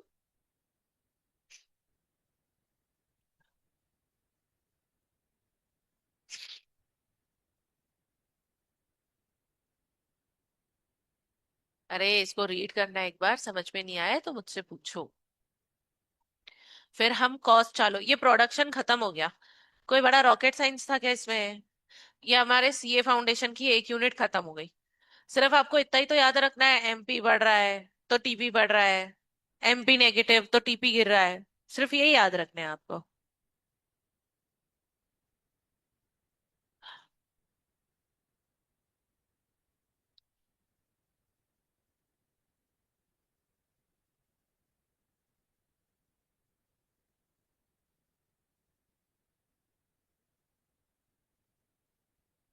चलो,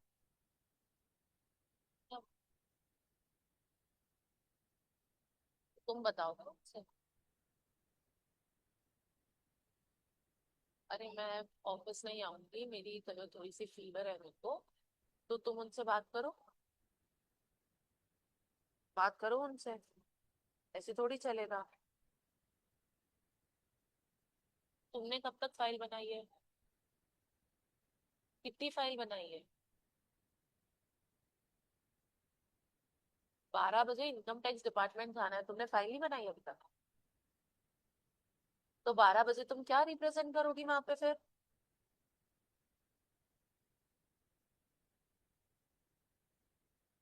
तो बताओ, उनके पास जाओ।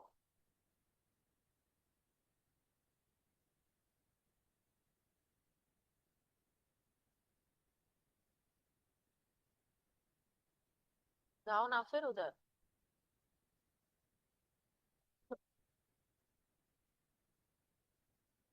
तो तुमको समझ में नहीं आ रहा है क्या? मैंने बोला था मुझे फाइल 12 बजे आपको इनकम टैक्स डिपार्टमेंट जाना है। आपने फाइल्स नहीं बनाई है। कब आई थी तुम ऑफिस? तो जब काम है तो फिर तुमको तो पूरा करना पड़ेगा ना। अब 12 बजे इनकम टैक्स डिपार्टमेंट में क्या दिखाओगी तुम?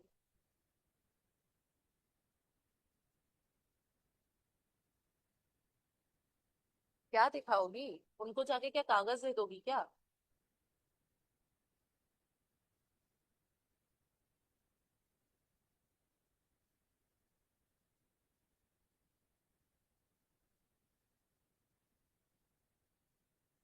उनको जाके तुम सीधा कागज दिखा दोगी क्या? उनको तुम प्रॉपर फाइल नहीं दोगी क्या? फाइल तो दोगी ना। तो फिर तुमने फाइल्स क्यों नहीं बनाई? उनको फाइल्स दो अभी, उनको बोलो, और उसको बोलो कितने बजे उसका ऑफिस में आना हुआ। उसको बोलो सुबह 8 बजे आ जाए करो। और अभी 12 बजे डिपार्टमेंट में जाना है, सारी रिपोर्ट अभी रेडी करो। मुझे नहीं पता। अब वो तुमको कैसे करना है तुम देखो, वो तुम इनकम टैक्स कमिश्नर से तुमको ही बात करनी है। समझ में आई? तो फटाफट फाइल बनाओ। मैं 12 बजे तक ऑफिस आ जाऊंगी। सीधा हमको डिपार्टमेंट चलना है, तब तक मुझे फाइल्स पूरी कंप्लीट चाहिए।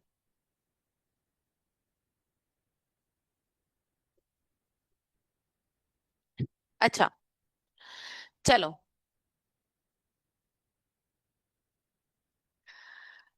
देखो, ये हमारे सीए फाउंडेशन का मॉड्यूल है, ठीक है। इसमें हमने, क्या आपने ये फैक्टर्स ऑफ प्रोडक्शन पढ़ लिए क्या? Land, labour, capital, entrepreneur. क्या अपन ने ये प्रोडक्शन फंक्शन पढ़ा क्या, कि भाई शॉर्ट रन में और लॉन्ग रन में क्या होता है? शॉर्ट रन में लॉ ऑफ वेरिएबल प्रोपोर्शन पढ़ा अपन ने।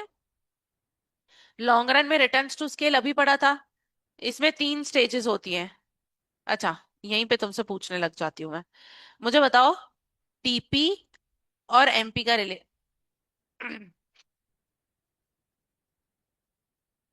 शॉर्ट रन में, मुझे बताओ, जब मेरा एमपी बढ़ेगा तो टीपी क्या होगा? टीपी भी बढ़ेगा। जब मेरा एमपी गिरेगा तो टीपी बढ़ेगा, लेकिन कौन से रेट से? डिक्रीजिंग रेट से, कम स्पीड पे बढ़ेगा। जब मेरा एमपी जो है वो 0 हो जाएगा तो मेरा टीपी मैक्सिमम और कांस्टेंट। ओके। जब मेरा एमपी नेगेटिव हो जाएगा तो टीपी डिक्रीज हो जाएगा। ये याद है क्या? फिर हमने एमपी और एपी की भी बात करी थी। एपी याद है क्या? Average product. बताओ, एमपी बढ़ेगा तो एपी बढ़ेगा, एमपी गिरेगा तो एपी गिरेगा, एमपी नेगेटिव होगा, एपी गिरेगा, लेकिन कैसा रहेगा? पॉजिटिव। और यहां पर, ठीक है, जब मेरा एपी एमपी जो है वो कांस्टेंट रहेगा, मतलब दोनों जब सेम रहेंगे, तो मेरा एपी कैसा रहेगा?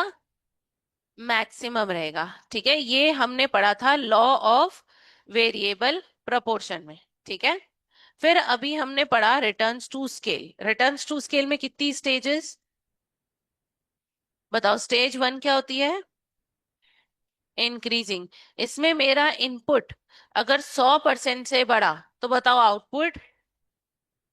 आउटपुट उससे ज्यादा बढ़ेगा। मान लो, अपन मान लेते हैं 150%। ठीक है, मुझे एक बात बताओ, स्टेज टू इसकी कौन सी थी? कांस्टेंट।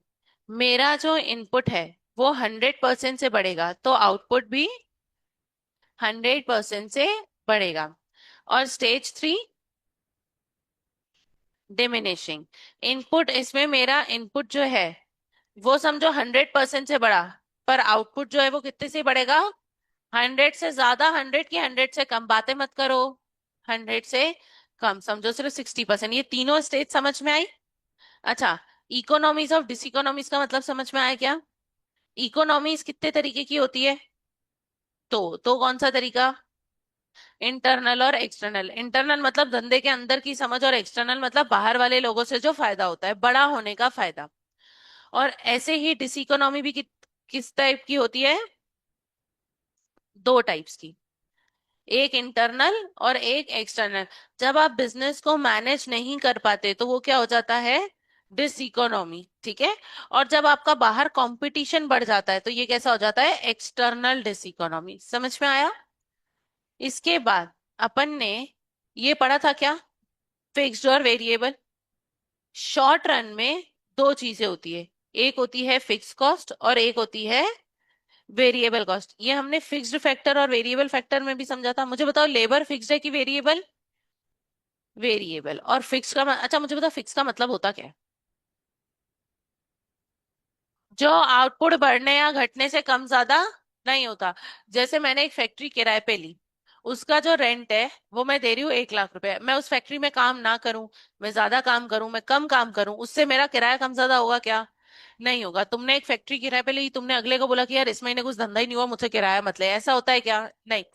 तुमने धंधे में बहुत अच्छा कमाया तो तुम्हारा किराया बढ़ा देगा क्या वो? नहीं।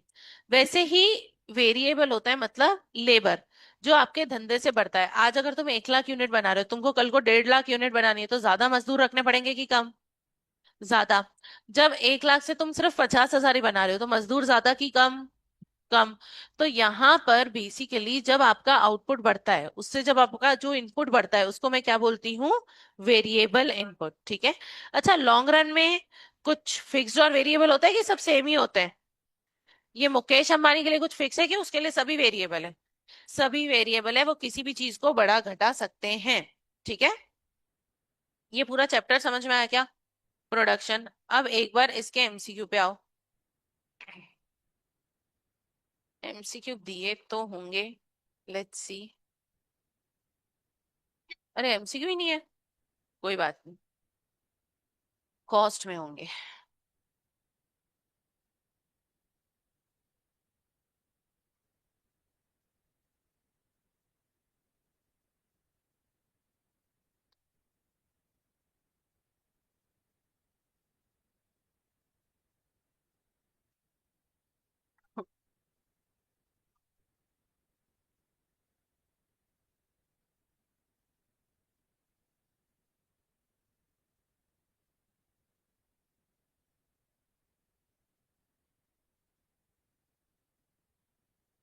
एक मिनट।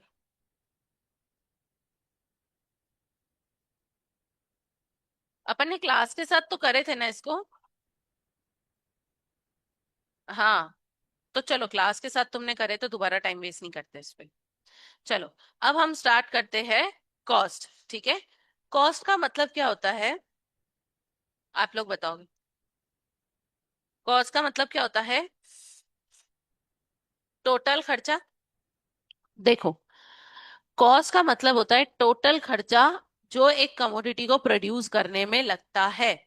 जैसे कि अगर आपके कपड़े की फैक्ट्री है, समझो ये आपके कपड़े की फैक्ट्री है, आप इसमें रॉ मटेरियल लेके आए 50,000 का, आपका लेबर की वेजेस लगी 10,000 रुपए, आपकी ट्रांसपोर्टेशन कॉस्ट लगी 20,000 रुपए। मुझे बताओ आपकी टोटल कॉस्ट कितनी लगी शर्ट्स बनाने में? 80,000 रुपए। ठीक है। तो जो टोटल कॉस्ट होती है किसी भी चीज को बनाने की, उसको मैं क्या बोलती हूँ? Total expenditure incurred for producing a commodity. ठीक है। अब ये हमको कॉस्ट के टाइप्स पढ़ने हैं। जैसे अभी हमने प्रोडक्शन में क्या पढ़ा था? लैंड, लेबर, कैपिटल और एंटरप्रेनर, ये पढ़ा अपन ने। मुझे बताओ, लैंड अगर किराए पे लूंगी तो उसके लिए मुझे कॉस्ट देनी पड़ेगी क्या? रेंट। अगर मैंने लेबर को, प्रोडक्शन के लिए लेबर को यूज करा, तो क्या उसको मुझे मजदूरी भी देनी पड़ेगी क्या? देनी पड़ेगी। जो कैपिटल है, मैंने कोई पैसा उधार पे लिया तो उस पे ब्याज भी देना पड़ेगा क्या? देना पड़ेगा। एंटरप्रेनर, अगर कोई बंदा मेरी बिजनेस में कोई काम कर रहा है या फिर मैं ही काम कर रही हूँ, तो मैं मेरे धंधे से प्रॉफिट उठाऊंगी क्या? उठाऊंगी। तो जब लैंड, लेबर, कैपिटल और एंटरप्रेनर, जब हमने इनके बारे में पढ़ा, मुझे बताओ लेबर वेरिएबल है कि फिक्स? और लैंड क्या है? फिक्स। तो जब हम इसके बारे में पढ़ते हैं तो कौन से चैप्टर में पढ़ते हैं? प्रोडक्शन में। अब इसके खर्चों के बारे में कहाँ पढ़ेंगे? कॉस्ट में। ठीक है। अब यहाँ पे देखो, कॉस्ट होती है दो तरीके की, एक होती है एक्सप्लिसिट और एक होती है इम्प्लिसिट। इम्प्लिसिट को मैं अपॉर्चुनिटी कॉस्ट भी बोलती हूँ। अब इसको बहुत ध्यान से सुनना। ठीक है। देखो, मेरे जो भी खर्चे होते हैं, जो कॉस्ट होती है, वो दो तरीके के होते हैं। एक को मैं बोलती हूँ इम्प्लिसिट और एक को मैं क्या बोलती हूँ? एक्सप्लिसिट। अब यहाँ पे इम्प्लिसिट और एक्सप्लिसिट का मतलब समझो। एक्सप्लिसिट मतलब वो जिसको मैं एक्चुअल में मेरी जेब से निकाल के दे रही हूँ। फॉर एग्जाम्पल, मैंने मजदूर को मजदूरी दी, और वो मजदूरी दी मैंने उसको 20,000 रुपए। क्या मैंने एक्चुअल में अपनी जेब से उसको निकाल के दिया क्या ये पैसा? हाँ। तो ये मेरी कौन सा खर्चा हो गया? एक्सप्लिसिट खर्चा, जो मैंने एक्चुअल में किया। ठीक है। दूसरा, मैंने क्या किया, एक ट्रांसपोर्ट वाला था, उस ट्रांसपोर्ट वाले को मैंने दिए, समझो 10,000 रुपए। बताओ, ये भी मैंने मेरी जेब से निकाल के दिया क्या? हाँ। तो जो भी खर्चा मैं मेरी जेब से निकाल के देती हूँ, एक्चुअल में जो नोट निकाल के देती हूँ, उस खर्चे को मैं कौन सा खर्चा बोलती हूँ? एक्सप्लिसिट खर्चा। समझ में आया? तो यहाँ पे हमने एक्सप्लिसिट खर्चे को यही लिखा था कि भाई it is actual money expenditure on inputs और payment made to outsider for hiring their services. मैंने लेबर की सर्विसेज ली, मैंने उसको एक्चुअल में पेमेंट करा। मैंने किसी ट्रक वाले की सर्विसेज ली, मैंने उसको एक्चुअल में पेमेंट करा। तो ये मेरी कौन सा हो गया खर्चा? एक्सप्लिसिट खर्चा। अब इम्प्लिसिट खर्चा क्या होता है? इम्प्लिसिट का खर्चा ये होता है, it is the estimated value of input supplied by the owners including normal profit। यहाँ पे इसका मतलब ये होता है कि अगर, मुझे एक बात बताओ, देखो इस एक्सप्लिसिट का एक और नाम है, ये आपको सीए इंटर में ये नाम बहुत देखने को मिलेगा। ये है मेरा अपॉर्चुनिटी कॉस्ट। कुछ याद आया क्या? Opportunity cost. Yes. Opportunity cost मतलब बेस्ट अल्टरनेटिव जो मैंने फॉरगो कर लिया। एक ऐसा अल्टरनेटिव जहां से मुझे ज्यादा पैसे मिल सकते थे। जैसे फॉर एग्जाम्पल, मैंने मेरे धंधे में कैपिटल लगाई। बताओ, क्या ये कैपिटल फैक्टर ऑफ प्रोडक्शन में आता है? चार होते हैं, लैंड, लेबर, कैपिटल, एंटरप्रेनर। मैंने क्या किया, 50 लाख रुपए मेरे धंधे में लगाए और मैं कर रही हूँ उससे बिजनेस। ठीक है। अगर मैं यही 50 लाख रुपए किसी को ब्याज पे दे देती, तो उससे मुझे 10% का ब्याज मिल सकता था, पर नहीं मिल रहा है। तो बताओ, ये मेरा नुकसान है कि नहीं है? आप सोचो, कोई पैसा आपके पास आ सकता था पर आया नहीं। जैसे फॉर एग्जाम्पल, कल को आपको जो है क्लास में, किसका एग्जाम्पल ले, मयंक सर। समझो कल को मयंक सर आए और मयंक सर ने बोला, कल मैं तुम सबको 1-1 हजार रुपए दूंगा। तो तुम खुश होगे कि नहीं? होगे, बहुत खुश होगे। अब, अरे मैं, मेरी बात नहीं है, तुम मेरे पे चढ़ जाते हो इसलिए मैंने बोला ही नहीं मेरा। मयंक सर आए और उन्होंने बोला कि भाई 1-1 हजार रुपए तुम सबको मैं दूंगा। ठीक है। अब आप लोग अगले दिन आए और आप इस उम्मीद में कि 1,000 मिलेंगे, 1,000 मिलेंगे। मयंक सर आए, उन्होंने तुम्हारी तरफ देखा भी नहीं, पढ़ाया और निकल गए। बोले कौन है ये बच्चे, मैं नहीं जानता। और वो निकल गए। मुझे बताओ, वो पैसा आपके पास आ सकता था पर आया नहीं, तो तुम्हारा नुकसान हुआ कि नहीं हुआ? उस नुकसान को मैं कॉस्ट बोल सकती हूँ क्या? हाँ। तो इम्प्लिसिट या फिर अपॉर्चुनिटी कॉस्ट का मतलब ही होता है वो पैसा जो आ सकता था पर आया नहीं। समझ में आया? अब ऐसे ही जैसे लैंड का एग्जांपल लेते हैं, ठीक है। समझो 2,000 स्क्वायर फीट की जमीन थी, और इस जमीन पे हम हमारा बिजनेस करें। अगर इसको हमने किराए पे दे दिया होता तो हर महीने मेरे पास 1 लाख रुपए का किराया आता। बताओ इसमें मेरी इम्प्लिसिट कॉस्ट कितनी है? बताओ। तुम लोग सुन नहीं रहे हो क्या पीछे? मेरे पास लैंड है, ठीक है, और मैं उस लैंड पे खुद बिजनेस कर रही हूँ। अगर मैंने इसी लैंड को किराए पे दिया होता तो मुझे 1 लाख का किराया मिल जाता। तो बताओ मेरी यहाँ पे इम्प्लिसिट कॉस्ट कितनी है? 1 लाख। जो पैसा आ सकता था पर आ नहीं रहा है क्योंकि इस लैंड को मैं खुद के लिए यूज कर रही हूँ। ठीक है। तो ये 1 लाख मेरी क्या हो जाती है? Implicit cost. मुझे बताओ, इम्प्लिसिट एक्सप्लिसिट समझ में आया? एक्सप्लिसिट जो एक्चुअल खर्चा हो रहा है, इम्प्लिसिट वो जो पैसा आ सकता था पर आया नहीं। ठीक है। अब यहाँ पर कॉस्ट के फंक्शन को समझना है। अच्छा, इस फंक्शन का मतलब क्या होता है? रिलेशनशिप। जैसे कि डिमांड, अभी अपन ने पढ़ा था। मुझे बताओ, किसी भी चीज की प्राइस बढ़ेगी तो डिमांड कम होगी, और प्राइस गिरेगी तो डिमांड बढ़ेगी। ये कैसा रिलेशनशिप है? इनवर्स। मैं इस रिलेशनशिप को फंक्शन भी बोलती हूँ, कि ये इनवर्स फंक्शन है। रिलेशनशिप का दूसरा नाम क्या है? फंक्शन। तो यहां पर बोला है कि भाई कॉस्ट का फंक्शन क्या है? कॉस्ट ऑफ प्रोडक्शन का फंक्शन क्वांटिटी ऑफ आउटपुट से कैसा है? मुझे एक बात बताओ, अगर आपको ज्यादा आउटपुट बनाना है तो क्या उस पे ज्यादा खर्चा करना पड़ेगा? बिल्कुल करना पड़ेगा। जैसे कि अगर आप 200 शर्ट्स बनाते हो और 200 शर्ट्स मार्केट में आपकी बिकती हैं 1 लाख रुपए में, इस 200 शर्ट को बनाने का खर्चा आता है आपका 40,000 रुपए। अब आप चाहते हो कि मैं 400 शर्ट बनाऊं ताकि मैं 2 लाख रुपए मार्केट में कमाऊं, तो मुझे एक बात बताओ, क्या आपको ये भी बढ़ाना पड़ेगा खर्चा? अब ये खर्चा कितने का बढ़ गया? 80,000। तो बताओ, ये आपको ये जो कॉस्ट है, इस कॉस्ट को मैं क्या बोलती हूँ? Cost of production. धंधा करने के लिए जो पैसा लगता है वो। और यहाँ पर आपका आउटपुट, ये शर्ट्स मेरा क्या है? आउटपुट। मुझे बताओ इनका रिलेशनशिप कैसा है? अगर मुझे ज्यादा शर्ट बनानी है तो ज्यादा खर्चा, और कम शर्ट बनानी है तो कम खर्चा। तो मैं इसको एज अ फंक्शन लिखती हूँ, cost is equals to function of quantity of output. Simple. इस फंक्शन का मतलब क्या होता है? रिलेशनशिप। इनका रिलेशनशिप कैसा है? पॉजिटिव। समझ में आया क्या? आसान है क्या? ठीक है। अब दूसरा, शॉर्ट रन कॉस्ट। ये अभी अभी अपन ने समझा था। शॉर्ट रन में दो तरीके के खर्च होते हैं, फिक्स्ड और वेरिएबल। और लॉन्ग रन में वेरिएबल। मुझे बताओ, फिक्स्ड खर्चा क्या होता है? जो हमेशा कैसा होता है? फिक्स। और वेरिएबल खर्चा कैसा होता है? जो बदलता रहता है। तो टोटल कॉस्ट क्या हो जाते हैं मेरा? Fixed plus variable. ठीक है। इसका भी एग्जांपल दूं क्या, कि इतना समझ में आ रहा है? कि भाई मैंने धंधा करने के लिए 10,000 रुपए किराया दे रही हूँ, तो किराया मेरा फिक्स है कि वेरिएबल? फिक्स है। और मैं लेबर को दे रही हूँ 10,000 रुपए मजदूरी। तो मुझे बताओ टोटल मेरा खर्चा कितना रहा? टोटल कॉस्ट 10,000 प्लस 10,000 लेबर का 20,000। तो यहाँ पे फिक्स प्लस वेरिएबल मेरा क्या हो जाएगा? टोटल खर्चा। ठीक है। अब एक बार इसको पढ़ना, आपको ऑलरेडी ये पता है।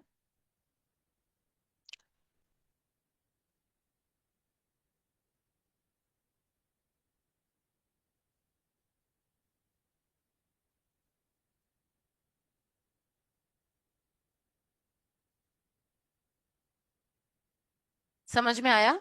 ये वो खर्चा है जो लेवल ऑफ आउटपुट की वजह से बढ़ता घटता नहीं है। ठीक है। Example, rent, interest on loan. मुझे बताओ, मैंने अगर ब्याज पे पैसा लिया, ठीक है, उससे मैं कितने रुपए का भी धंधा करूं, क्या ब्याज बढ़ेगा? क्या नहीं बढ़ेगा? दूसरा होता है, अच्छा इसके अदर नेम्स देखो, फिक्स कॉस्ट के और नाम है। आपको क्वेश्चन में ये अदर अदर नाम देखने को मिल सकते हैं।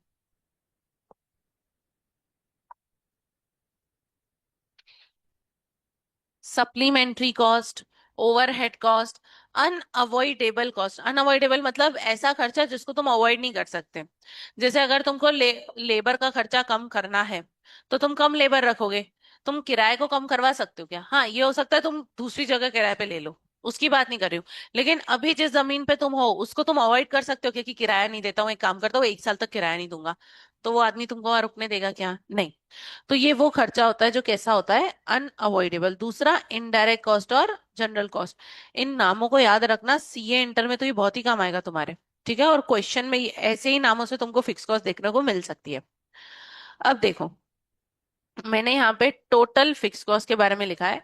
मेरा आउटपुट यूनिट्स जो है 1 2 3 4 5, मेरी यूनिट्स बढ़ती जा रही है, लेकिन क्या मेरी फिक्स कॉस्ट बढ़ेगी क्या? नहीं, वो कैसी रहेगी? सेम रहेगी, वो फिक्स रहेगी। तो देखो इसका कर्व कैसा बनता है। वाई एक्सिस पे मेरा क्या है? फिक्स कॉस्ट, और एक्स एक्सिस पे क्या है? आउटपुट। मुझे बताओ, मैं कितना भी आउटपुट बनाती जाऊं, मेरी फिक्स कॉस्ट 12 है तो 12 ही रहेगी। तो इसका कर्व कैसा बन जाता है? Horizontal straight line parallel to X axis. X axis के आमने सामने बनता है, सिंपल है। ठीक है, horizontal straight line parallel to X axis. Okay. अब टोटल वेरिएबल कॉस्ट और फिक्स कॉस्ट के बारे में देखते हैं। इसका मतलब क्या होता है? वेरिएबल कॉस्ट जो बदलती रहती है, फिक्स कॉस्ट जो बदलती नहीं है। ठीक है, ये इसका डिफरेंस आपसे पूछेंगे नहीं तो इसको देखने की जरूरत भी नहीं है। फिर से मुझे बताओ, मेरी टोटल कॉस्ट क्या होती है? फिक्स कॉस्ट प्लस, अच्छा ये टी का मतलब total. Total fix cost plus total variable cost, अभी देखा था। देखो जैसे यहाँ पे, क्या आप मुझे इस केस में टोटल कॉस्ट कैलकुलेट करके बता सकते हो क्या? इस केस में आप मुझे टोटल कॉस्ट को कैलकुलेट करके बता सकते हो क्या? बताओ। अच्छा, किसी को ये डाउट है क्या कि फिक्स एकदम सेम क्यों है? फिक्स तो हर लेवल ऑफ आउटपुट पे सेम रहती है। और ये मेरी क्या है? Total variable cost. तो पहले पहले में कितनी आ रही है आपकी टोटल का? 12। दूसरे में 18।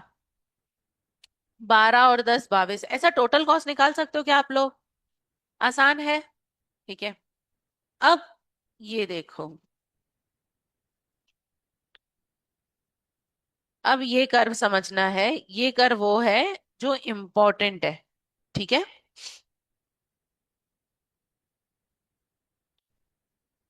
अच्छा, एक काम करो, आपके पास टोटल कॉस्ट भी है, टोटल फिक्स कॉस्ट भी है, वेरिएबल कॉस्ट और टोटल कॉस्ट, इन तीनों का तुम मुझे कर्व बना के बता सकते हो क्या? मैं बताती हूँ कर्व कैसे बनेगा। वाई एक्सिस पे रखो सारी कॉस्ट, और एक्स एक्सिस पे रखो यूनिट, और तीनों का ग्राफ बना सकते हो क्या? टोटल फिक्स वेरिएबल और टोटल कॉस्ट।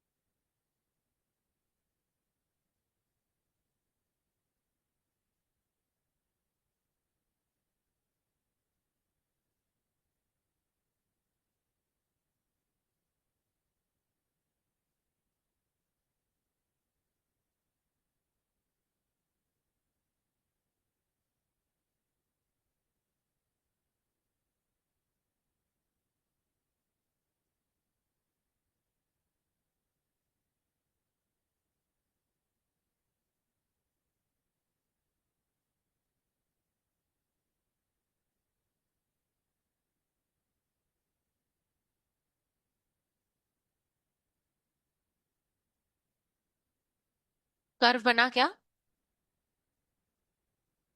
अच्छा अच्छा। अरे तो तुम बोल ही नहीं रहे हो। तुमने सोचा टाइम होने तो ऐसे ही बाद में बोल देंगे, हमने तो देखा ही नहीं। ये फिक्स कॉस्ट है, ये वेरिएबल कॉस्ट है, और ये टोटल कॉस्ट है।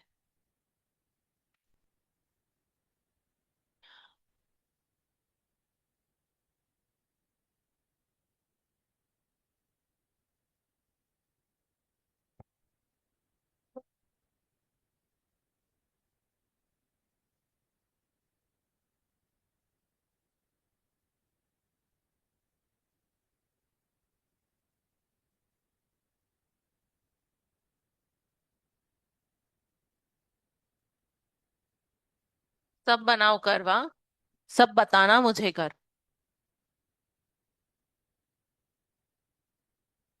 हेलो।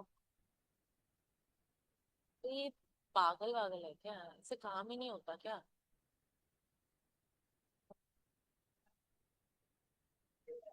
अरे निकालो इसको ऑफिस से भाई।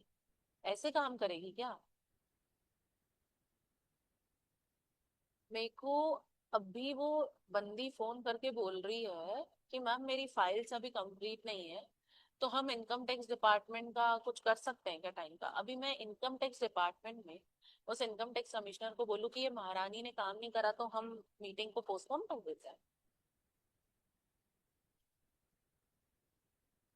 नहीं नहीं, एक मिनट।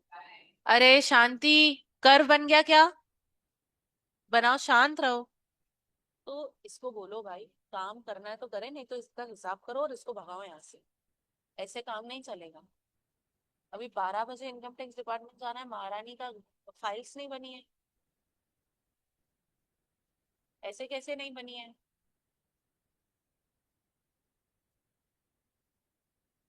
नहीं नहीं नहीं, भगाओ इसको, इसका हिसाब करो, इसको भगाओ यहाँ से। नहीं चाहिए, ऐसे काम करने वाले लोग नहीं चाहिए।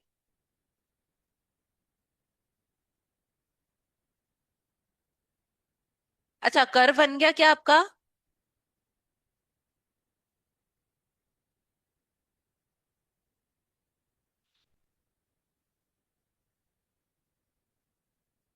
युवराज और युवराज का भाई, दोनों का बन गया क्या कर?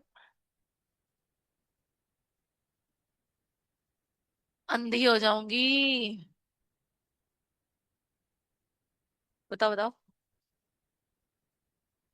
करेक्ट। करेक्ट।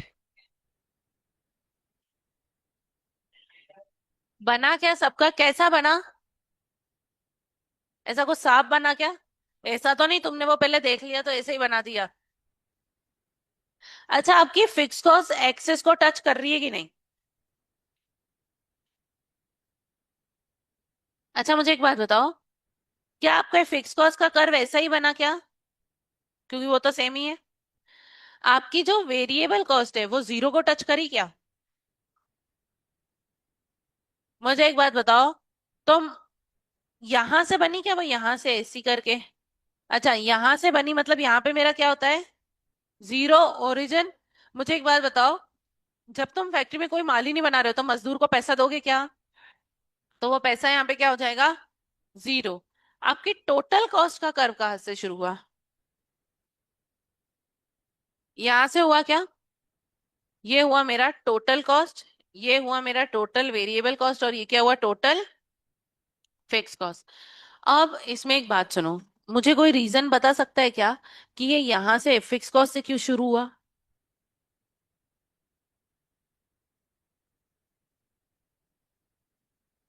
ठीक है, मुझे बताओ, टोटल कॉस्ट का कर्व यहां से ही क्यों शुरू हुआ? मुझे एक बात बताओ, देखो देखो सुनो, आपकी, समझो, आउटपुट, आपके धंधे में जो आउटपुट है वो आउटपुट बन रहा है 0 यूनिट। तुम कोई धंधा नहीं कर रहे, लेकिन तुम फिक्स्ड रेंट दे रहे हो 12,000 रुपए। समझो तुम 12,000 रुपए क्या दे रहे हो? किराया दे रहे हो। मुझे बताओ, कोई अगर कुछ माल ही नहीं बन रहा है तो तुम्हारी वेरिएबल कॉस्ट होगी कि नहीं होगी? नहीं होगी, क्योंकि वेरिएबल कॉस्ट मतलब वो जो माल बनता है तो लगती है, नहीं बनता है तो नहीं लगती है। तो ये कितना हुआ? जीरो। मुझे बताओ, टोटल कॉस्ट का फॉर्मूला क्या होता है? Variable plus fix. ठीक है, टोटल कॉस्ट, यहाँ पे वेरिएबल क्या है मेरा? जीरो। फिक्स कॉस्ट कितनी है? 12,000। तो मुझे एक बात बताओ, total cost is equals to 12,000 हो गया, है ना? यहाँ पे एक चीज याद रखना, इसका मतलब जब मेरी यूनिट जीरो होती है, जब मेरी जीरो यूनिट बनती है फैक्ट्री में, तो जो मेरा फिक्स कॉस्ट होता है वही मेरी क्या हो जाती है? Total cost. ध्यान से देखो ना, टोटल फिक्स कॉस्ट भी 12,000 और टोटल कॉस्ट भी कितनी आई? 12,000। तो दोनों कैसी होती है? सेम होती है। एग्जाम में ये क्वेश्चन बहुत बार पूछा जाता है कि जब जीरो यूनिट्स प्रोड्यूस हो रही है तो क्या total cost is equals to fix cost होता है क्या? यस, दिस इज ट्रू, क्योंकि हमने फॉर्मूला लगा के भी देखा, दोनों का जो अमाउंट है वो सेम ही है। ठीक है, तो आपका ऐसा ही कुछ बना क्या? ठीक है, अब मुझे एक बात बताओ, ये जो बीच की गैप है, ये गैप क्यों आ रही है?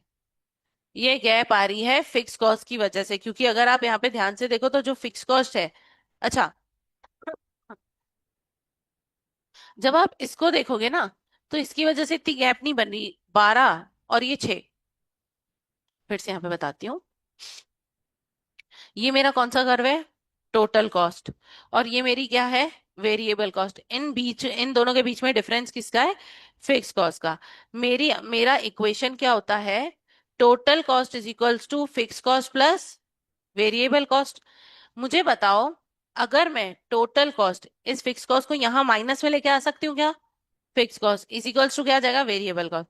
मुझे बताओ टोटल और फिक्स के बीच के डिफरेंस क्या आता है, वेरिएबल कॉस्ट। क्या ये फॉर्मूले से भी पता चल रहा है क्या, डिफरेंस का मतलब माइनस करने पे जो आता है, जब इन दोनों को हम माइनस करते हैं, मेरी फिक्स कॉस्ट को जब मैं टोटल कॉस्ट के पास लेके आती हूँ माइनस में, तो उसका डिफरेंस क्या हो जाता है, वेरिएबल कॉस्ट। यहाँ पे किसी को कुछ डाउट है क्या, ये सेकंड स्टार पॉइंट है, यहां से भी बहुत क्वेश्चन आता है, ठीक है, कि यहाँ पर आपको ऐसा कर्व दे देंगे और बोलेंगे बताओ इन कर्व के बीच में जो डिफरेंस है किसकी वजह से, टोटल कॉस्ट और वेरिएबल कॉस्ट के बीच में डिफरेंस किसकी वजह से है, फिक्स कॉस्ट की वजह से। समझ में आया क्या,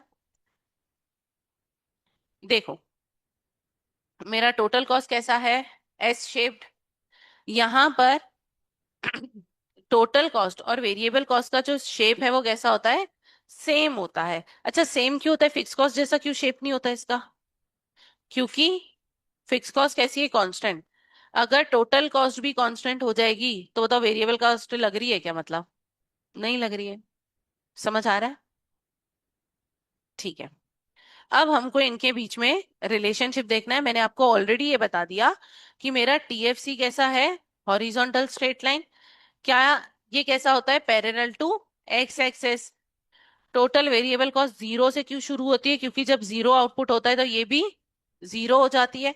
दोनों के बीच में डिफरेंस है फिक्स कॉस्ट का, और टीसी का कर्व होता है टीवीसी जैसा, ठीक है। यहां पर सिर्फ पॉइंट टू रिमेंबर में मैंने आपको वही लिखवाया है, ठीक है, कि जीरो आउटपुट पे टीसी इक्वल्स टू टीएफसी, अभी अभी अपन ने लिखा था। यहाँ पे भी देखो, 3 पॉइंट आपको याद रखने हैं। अब यहां से क्वेश्चन क्या क्या आ सकते हैं। Question number 1, when output is zero, तब TC is equals to T F हो जाता है, टोटल फिक्स कॉस्ट, ठीक है। दूसरा, टोटल वेरिएबल कॉस्ट स्टार्ट होती है ओरिजिन से,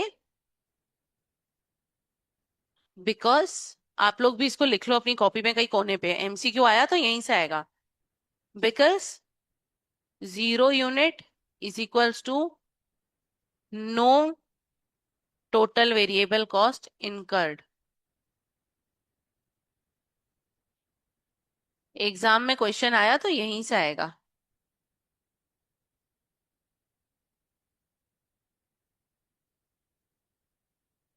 because zero units is equals to zero variable cost incurred. तीसरा,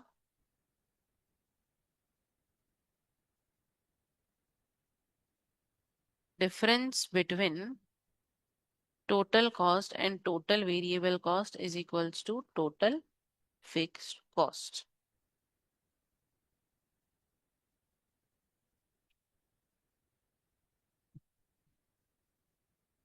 फोर्थ वाला,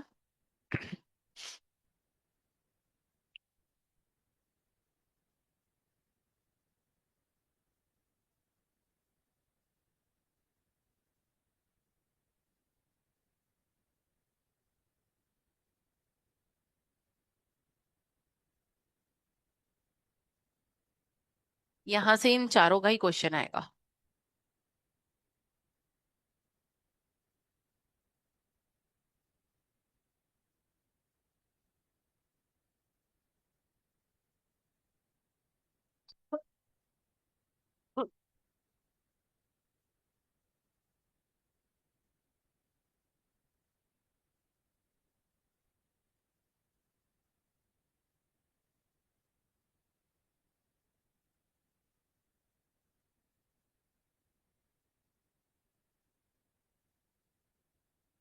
लिख लिया क्या?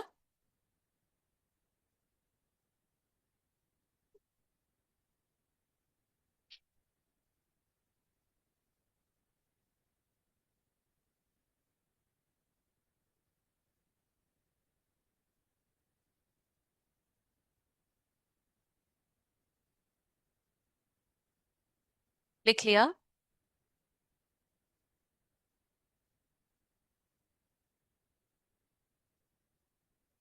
ठीक है, फिर एवरेज कॉस्ट अपन कल पढ़ेंगे।